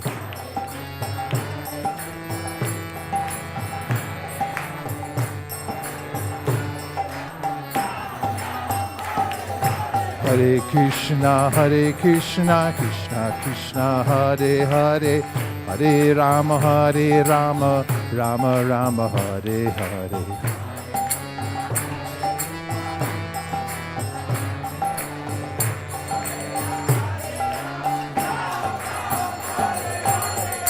Hare Krishna, Krishna Krishna, Hare Hare, Hare Rama, Rama Rama, Hare Hare.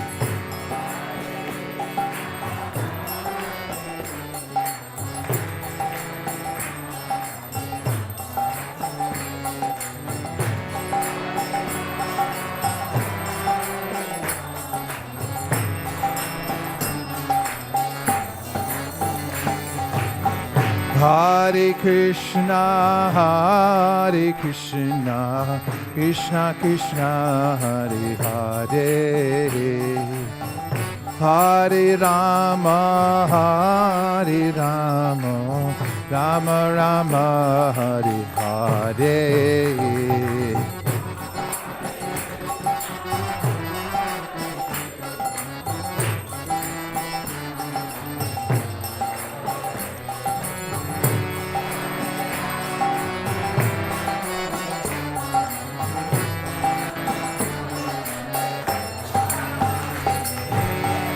Hare Krishna,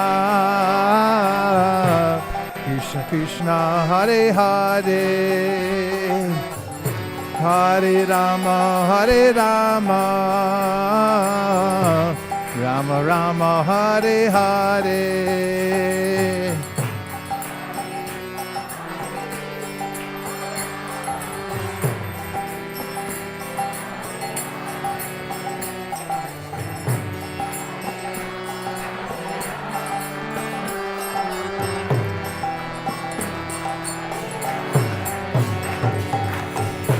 Hare Krishna, Hare Krishna, Krishna Krishna, Hare Hare, Hare Rama, Hare Rama, Rama Rama, Hare Hare.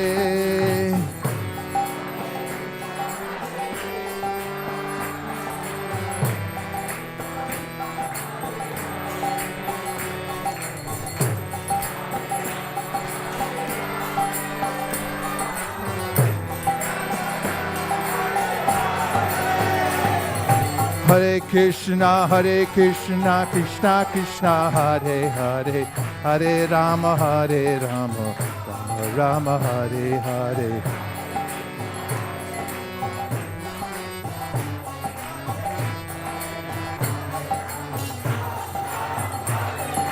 Hare Krishna, Krishna Krishna, Hare Hare, Hare Rama, Rama Rama, Hare Hare.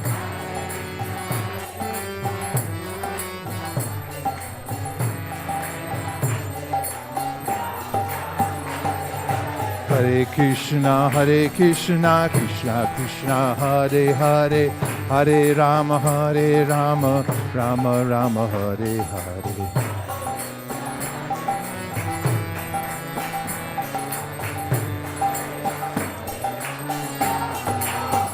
Hare Krishna, Krishna Krishna, Hare Hare, Hare Rama, Rama Rama, Hare Hare.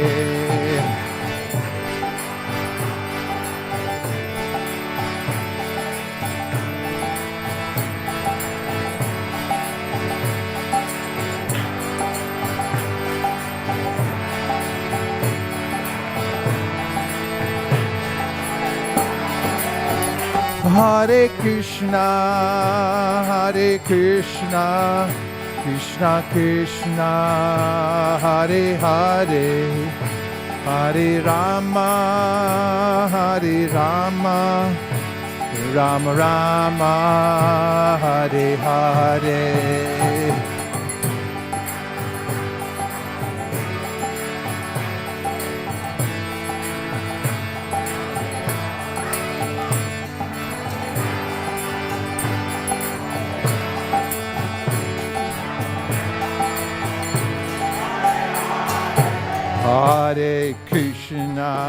Hare Krishna, Krishna Krishna, Hare Hare,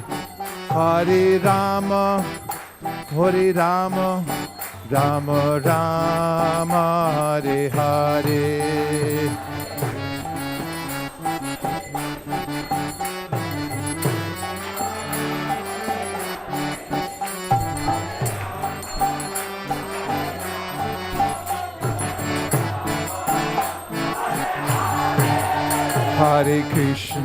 Hare Krishna, Krishna Krishna, Hare Hare, Hare Rama, Rama Rama, Hare Hare.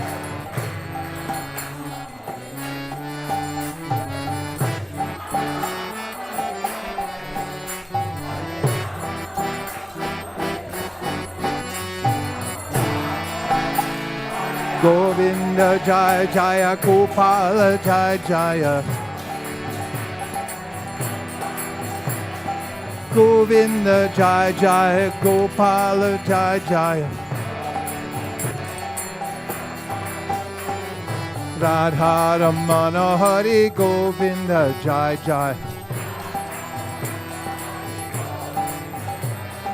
Radha Ramana Hari Govinda Jaya Jaya, Govinda Jaya Jaya, Gopala Jaya Jaya, Govinda Jaya Jaya, Gopala Jaya Jaya, Radha Ramana Hari Govinda Jaya Jaya, Radha Ramana Hari Govinda Jai Jai. Nitai Gaur Hari Bol. Hari Bol. Hari Bol Nitai Gaur Hari Bol.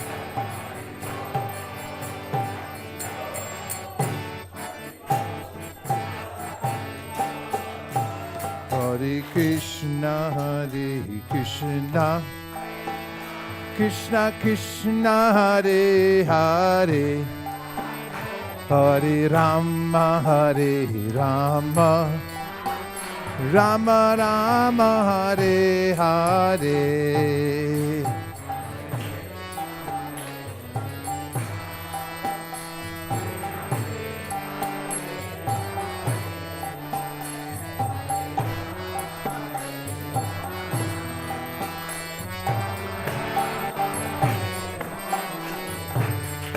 Hare Krishna, Hare Krishna, Krishna Krishna, Hare Hare, Hare Rama, Hare Rama, Rama Rama, Hare Hare. They can come up. They can come up close. This gentleman. No, the ones that are trapped.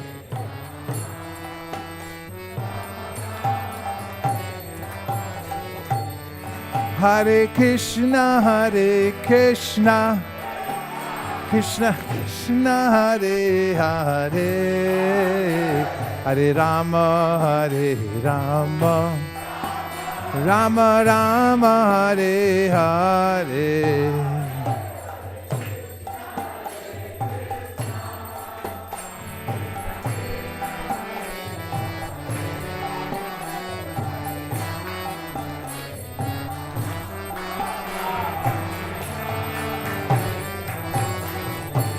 Hare Krishna, Hare Krishna, Krishna Krishna, Hare Hare, Hare Rama, Hare Rama, Rama Rama, Hare Hare.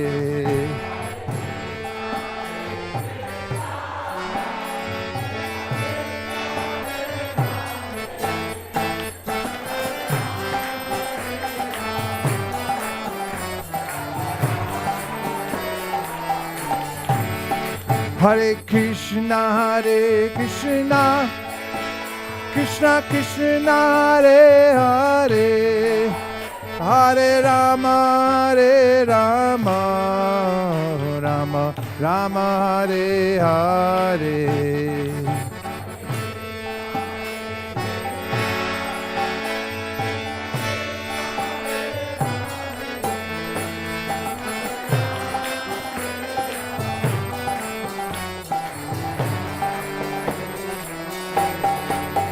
Hare Krishna, Hare Krishna, Krishna Krishna, Hare Hare, Hare Rama, Hare Rama, Rama Rama, Hare Hare.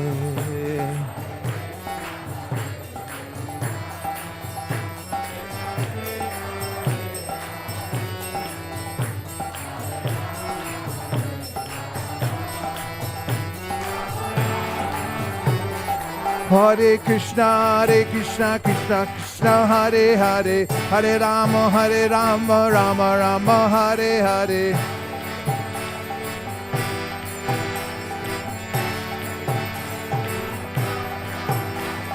Hare Krishna, Hare Krishna, Krishna Krishna, Hare Hare, Hare Rama, Hare Rama, Rama Rama, Hare Hare.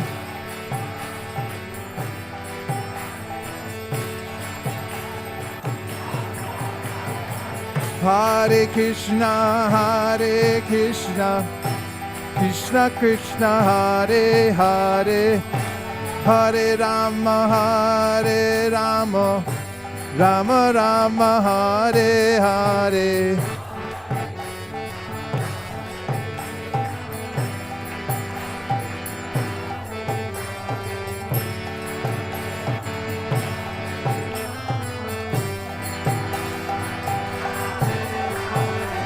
Hare Krishna, Hare Krishna, Krishna Krishna, Hare Hare, Hare Rama, Hare Rama, Rama Rama, Hare Hare.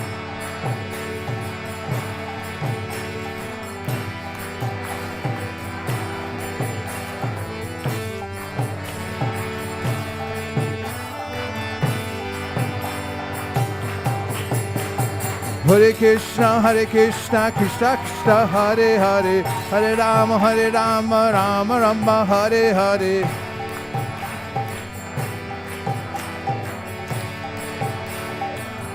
Jai Jai Prabhupada, Prabhupada, Prabhupada, Jai Jai Prabhupada.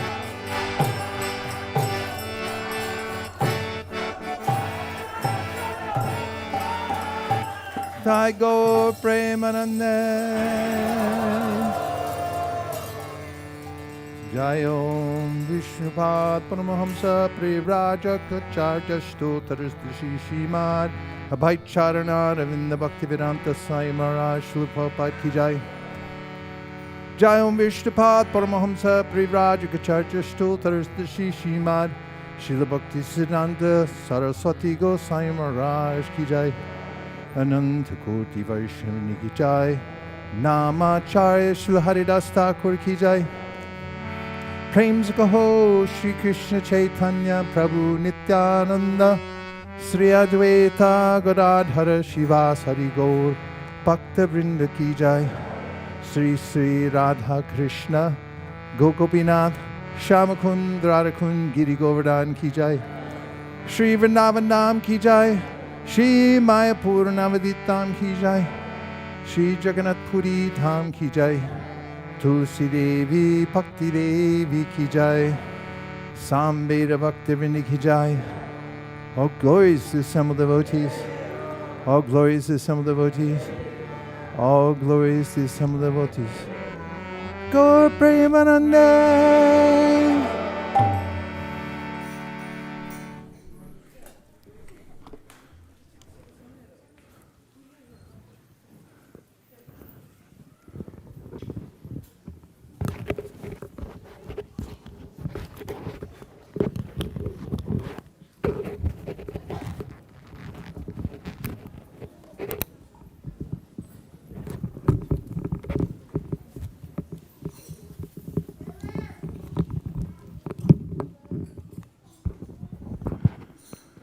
Dear Shri Shri Lakshmi Nrsingadev, if you so desire, please protect our dear Gauri and keep her at your lotus feet.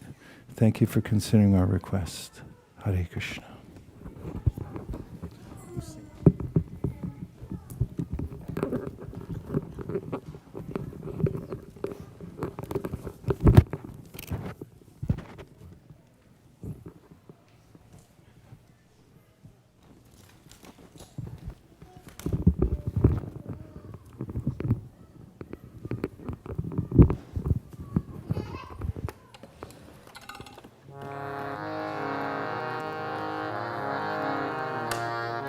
Namaste Narasimhaya.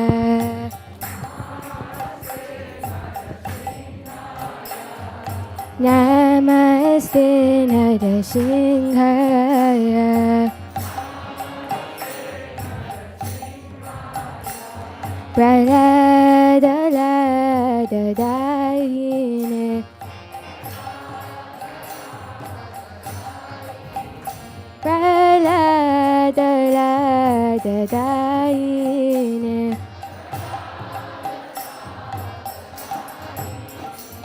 Hiranyakashipurvakshaha.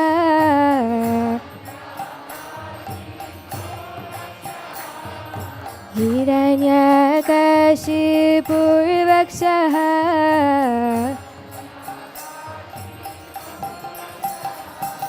Shilatankanakalaye. Shilatankanakalaye.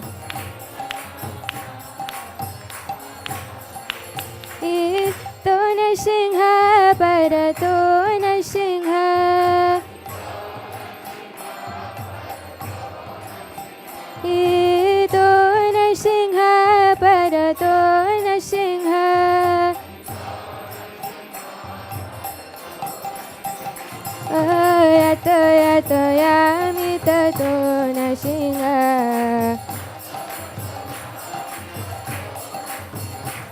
Yato yato yami tato nashinga.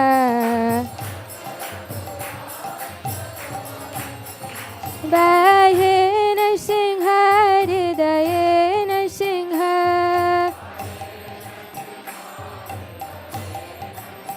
Bahe nashinga, hridaye nashinga.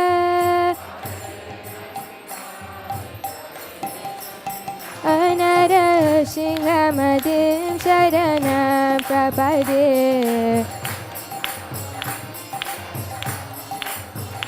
Narasingha madim sharana prapade.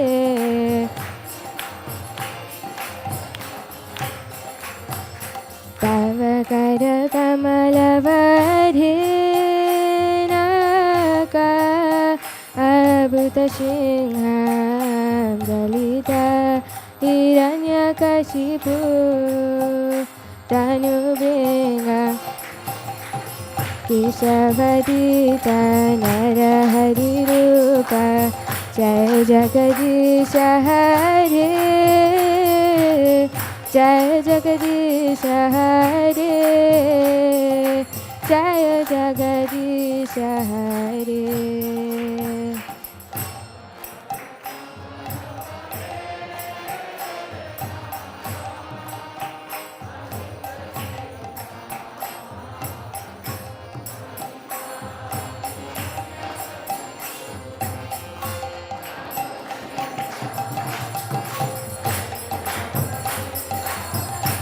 Hari Rupa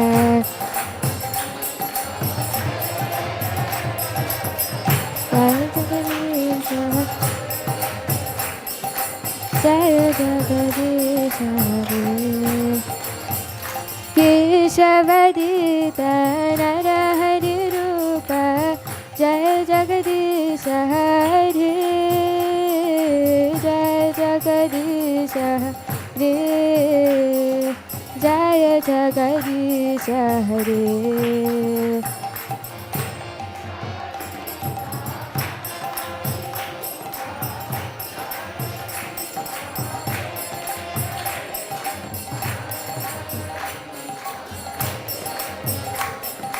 Jaya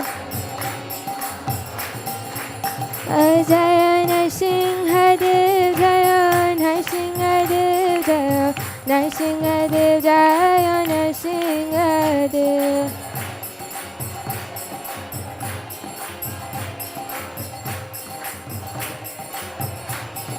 Jaya Prahlad Maharaj Jaya Prahlad Maharaj Jaya Prahlad Maharaj Jaya Prahlad Maharaj.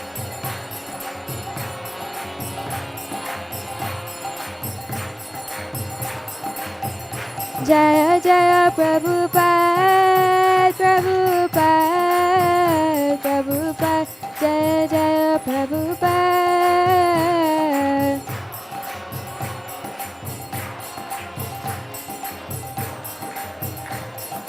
Nitai Gaura Haribo Haribo Haribo Nitai Gaura Haribo.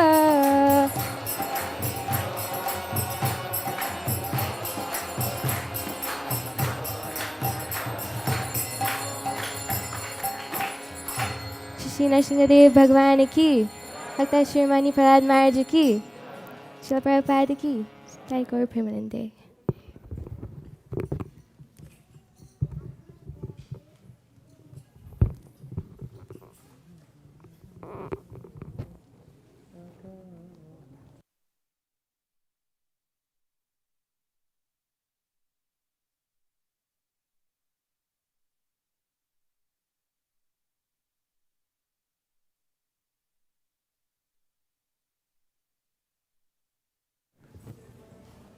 Hare Krishna. Thank you for coming, everyone. Please stand by. We'll have announcements for a couple of minutes. Then we're going to have prasadam for everyone.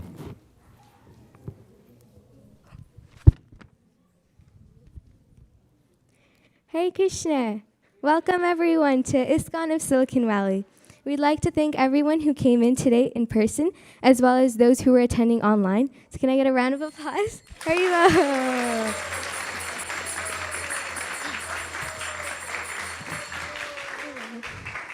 We also have Mohammed, who's a friend of Jose, who's attending for the first time today from Modesto.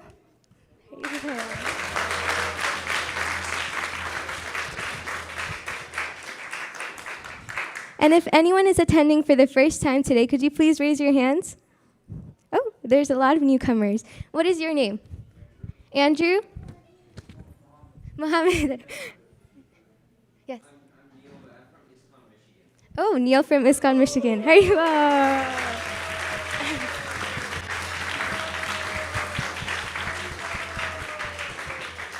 Haribo. So welcome. And if any newcomers who are attending for the first time and are shy and did not raise your hand, we want you to feel accommodated, cared for, welcomed, and loved. So you can contact myself or Hansapriya Mataji, and we can help you with anything that you need. It is an honor to have you here. And so we'd also like to thank His Grace Vaisesika Prabhu for leading today's class, as well as the ecstatic Kirtan.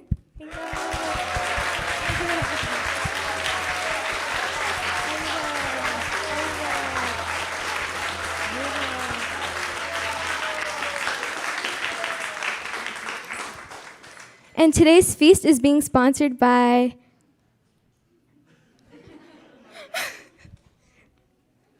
Sister Malik. I'm so sorry.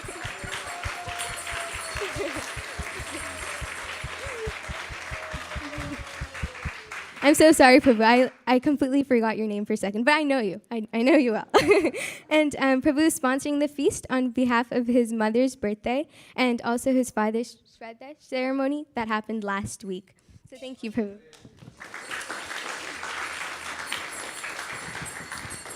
We'd also like to announce the cooks for today. Hare Krishna. Today's prasadam was cooked by Siddha Katha Prabhu, Savarna Gopika Mataji, Niharika, Aryan Prabhu, Kalyani Mataji, Mukta Mataji, Shankar Prabhu, Srinivas Prabhu, Sharanagata Mataji, Vinay, Vijay Damodar Prabhu, Swaraj, and Kripana Vatsala Prabhu.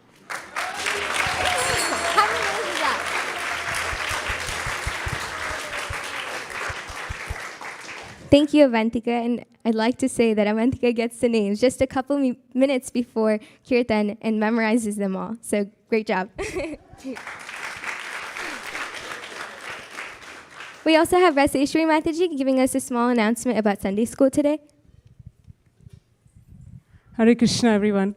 So want to announce that we are reopening our Sunday school starting from August 8th. And this week we have sent out the message for enrollment.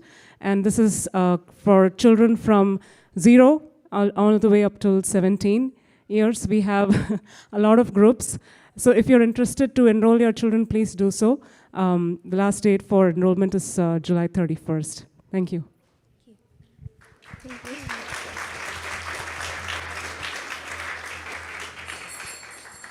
If anyone has asked for a baby Tulsi, you can collect that from Ramananda Sakaprabhu today, who's right here. And then we'd also like to say we have takeout boxes of prasadam, which are right outside. And after prasadam prayers, please make sure to make your way out, grab a box of prasadam for yourself, your family, and enjoy it. And now we'll go right into prasadam prayers.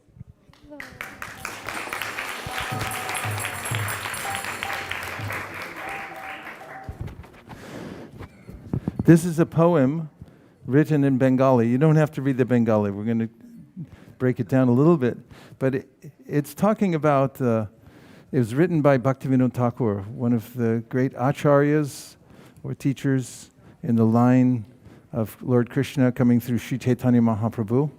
And he taught that in the process of bhakti yoga, the way to spiritual mastery is through the tongue.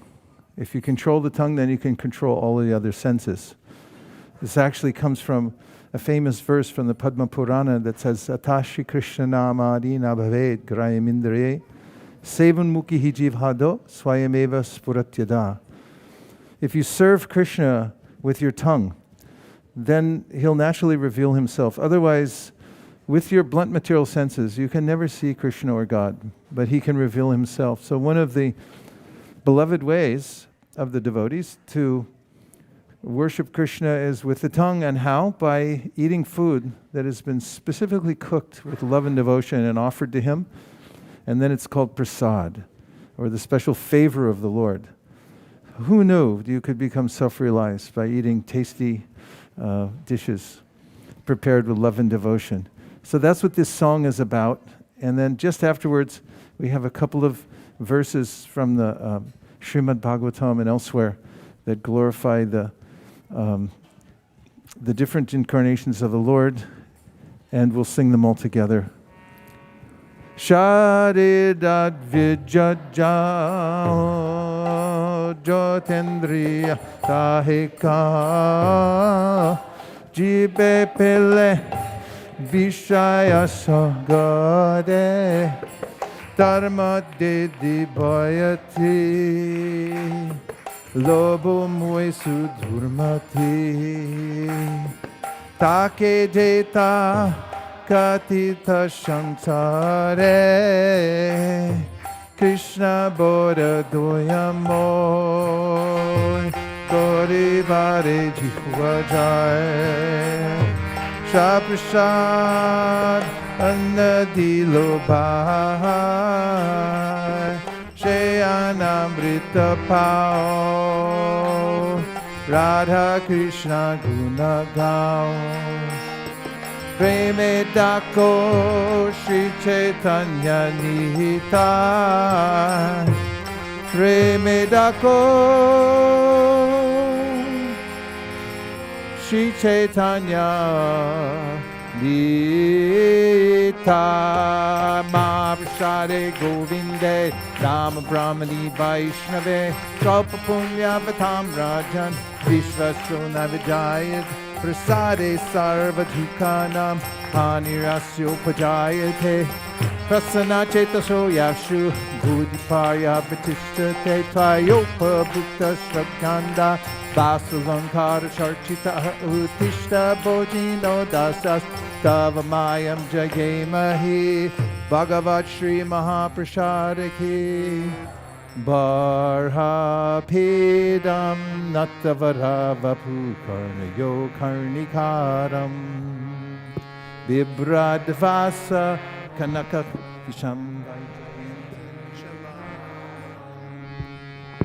Ram Venur Adhara Sudaya Punayan Gopa Vrindar Vrindaranyam Swapada Ramanam Bhavishad Gita Kirti Tavakatamritam Tapta Jivanam Kavibiriditam Kalmashapaham Shavana Mangalam Shrimaratatam Bhuvigranantiye Buridajana Krishna Kirtana Gana Nartanakala Pato Jani Prajita Sad Bhakta Valihamsa Chakra Madhupa Sheni Viharaspadam Karnanandikvaladva Nirvahatu Me Jiva Maru Prangane Shri Chaitanya Doyani Dedavalasa Lila Sudaswaduni Yodundita Keraya Vishadaya Pronila Ramondaya Shamyat Shastra Vivardaya Rasadaya Chittarpito Madaya Shashvad Bhakti Vinodaya Samadaya Madhuya Maryadaya Shri Chaitanya Doya Nidetavadaya Bhuyaramando Daya Shri Vishnu Shavane Parikshira Bhava Vaisesika Kirtane Pralada Smarane Tarangri Bhajane Lakshmi Pritu Pujane Akrurastva Vibandane Kapipatir Tasyeta Sakyarjuna Sarvasvatmani Vedane Balerabhut Krishna Tiresham Para Sarvasvatmani Vedane Balerabhut Krishna Tiresham Para Go Premanande Nitai Gora Haribo Haribo Haribo Nitai Gora Haribo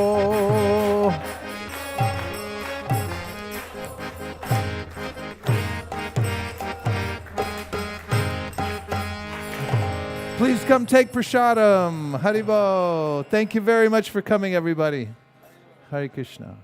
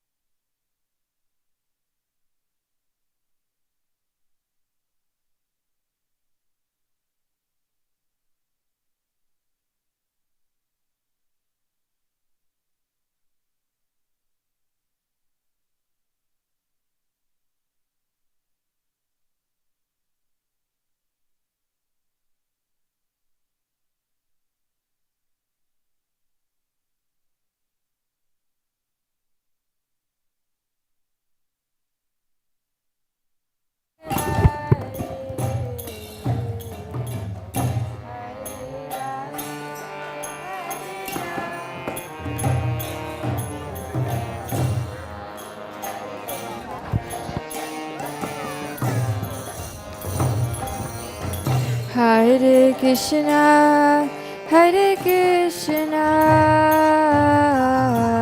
Krishna Krishna, Hare Hare, Hare Rama, Hare Rama, Rama Rama, Hare Hare, Krishna Krishna, Krishna Krishna,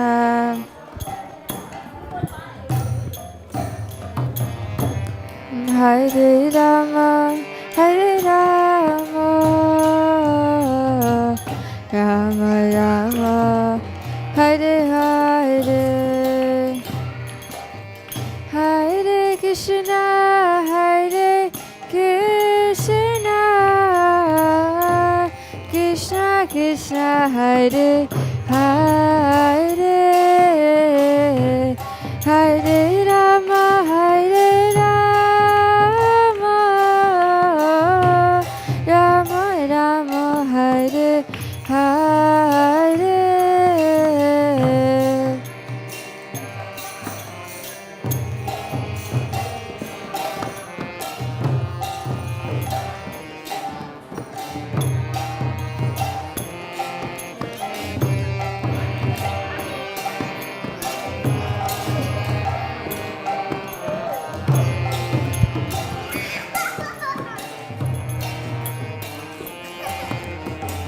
Oh, Hare Krishna, Hare Krishna, Krishna Krishna, Hare Hare, Hare Rama, Hare Rama, Rama Rama, Hare Hare.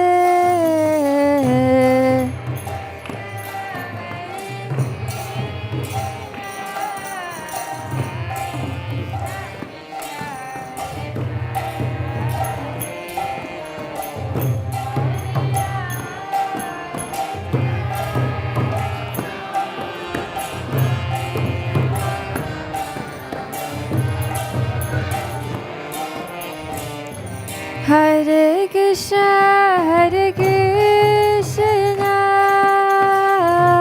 Krishna Krishna, Hare Hare, Hare Rama, Hare Rama, Rama Rama, Hare Hare.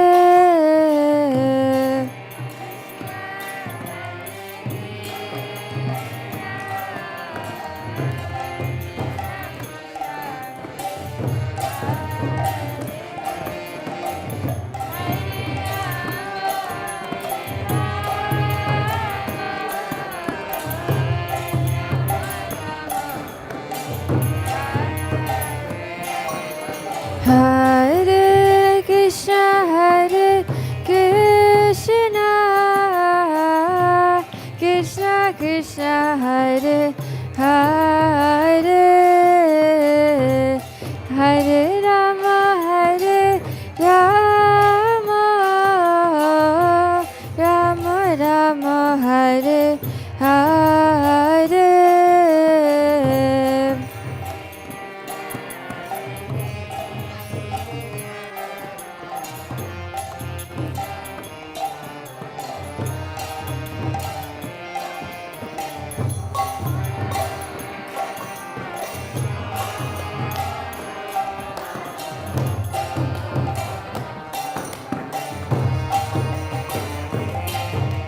Oh, Hare Krishna, Hare Krishna,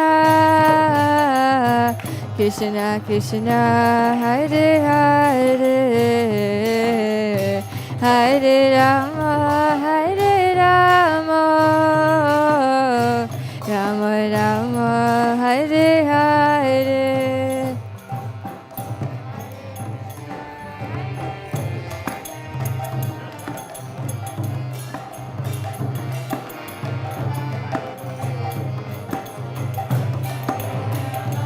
You want to continue sitting here after?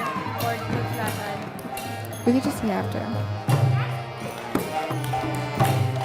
Thank you. Hare Krishna, Hare Krishna, Krishna Krishna, Hare Hare, Hare Rama, Hare Rama, Rama Rama, Hare Hare.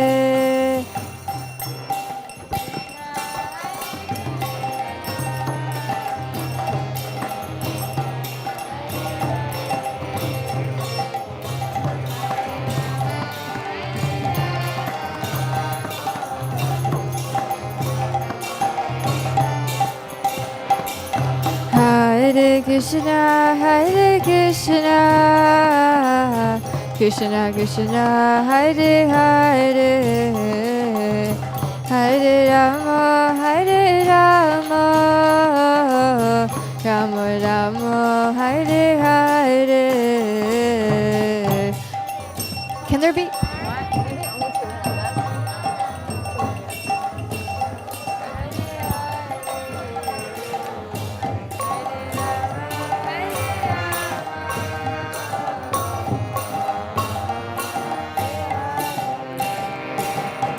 Hare Krishna, Hare Krishna, Krishna Krishna, Hare Hare, Hare Rama, Hare Rama, Rama Rama, Hare Hare.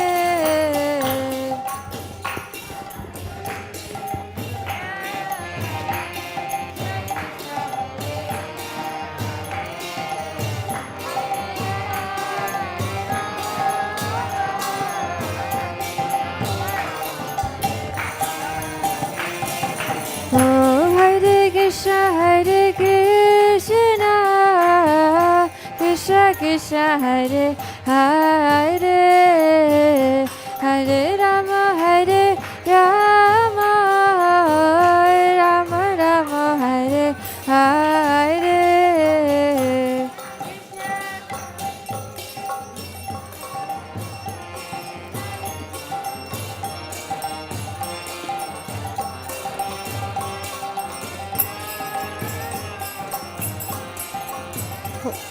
Hold it.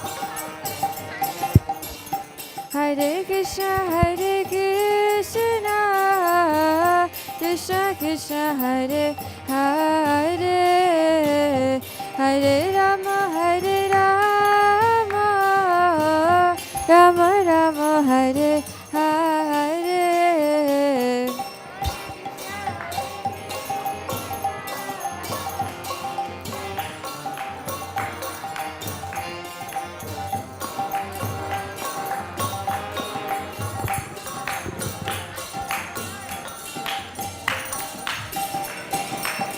Hare Krishna, Hare Krishna, Krishna Krishna, Hare Hare, Hare Rama, Hare Rama, Rama Rama, Hare Hare, Hare Krishna, Hare Krishna, Krishna Krishna, Hare Hare.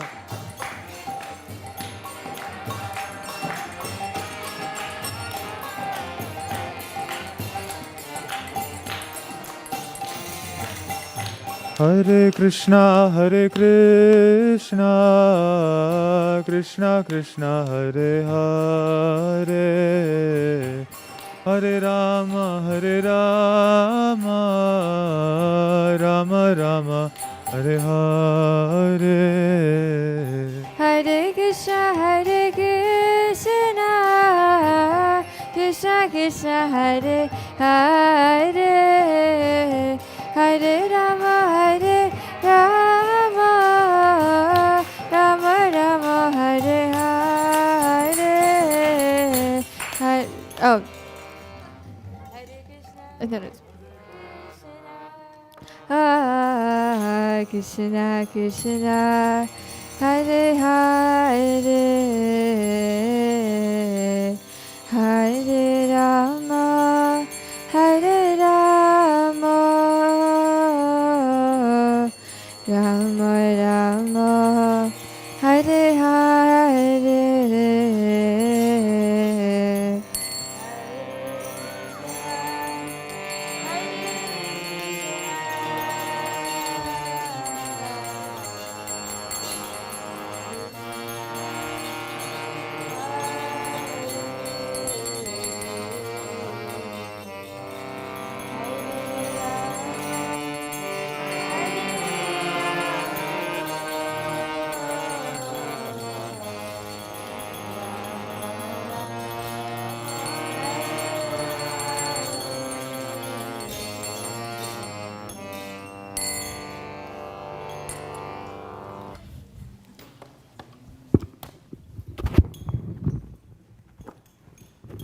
Gaur Premanande Haribo.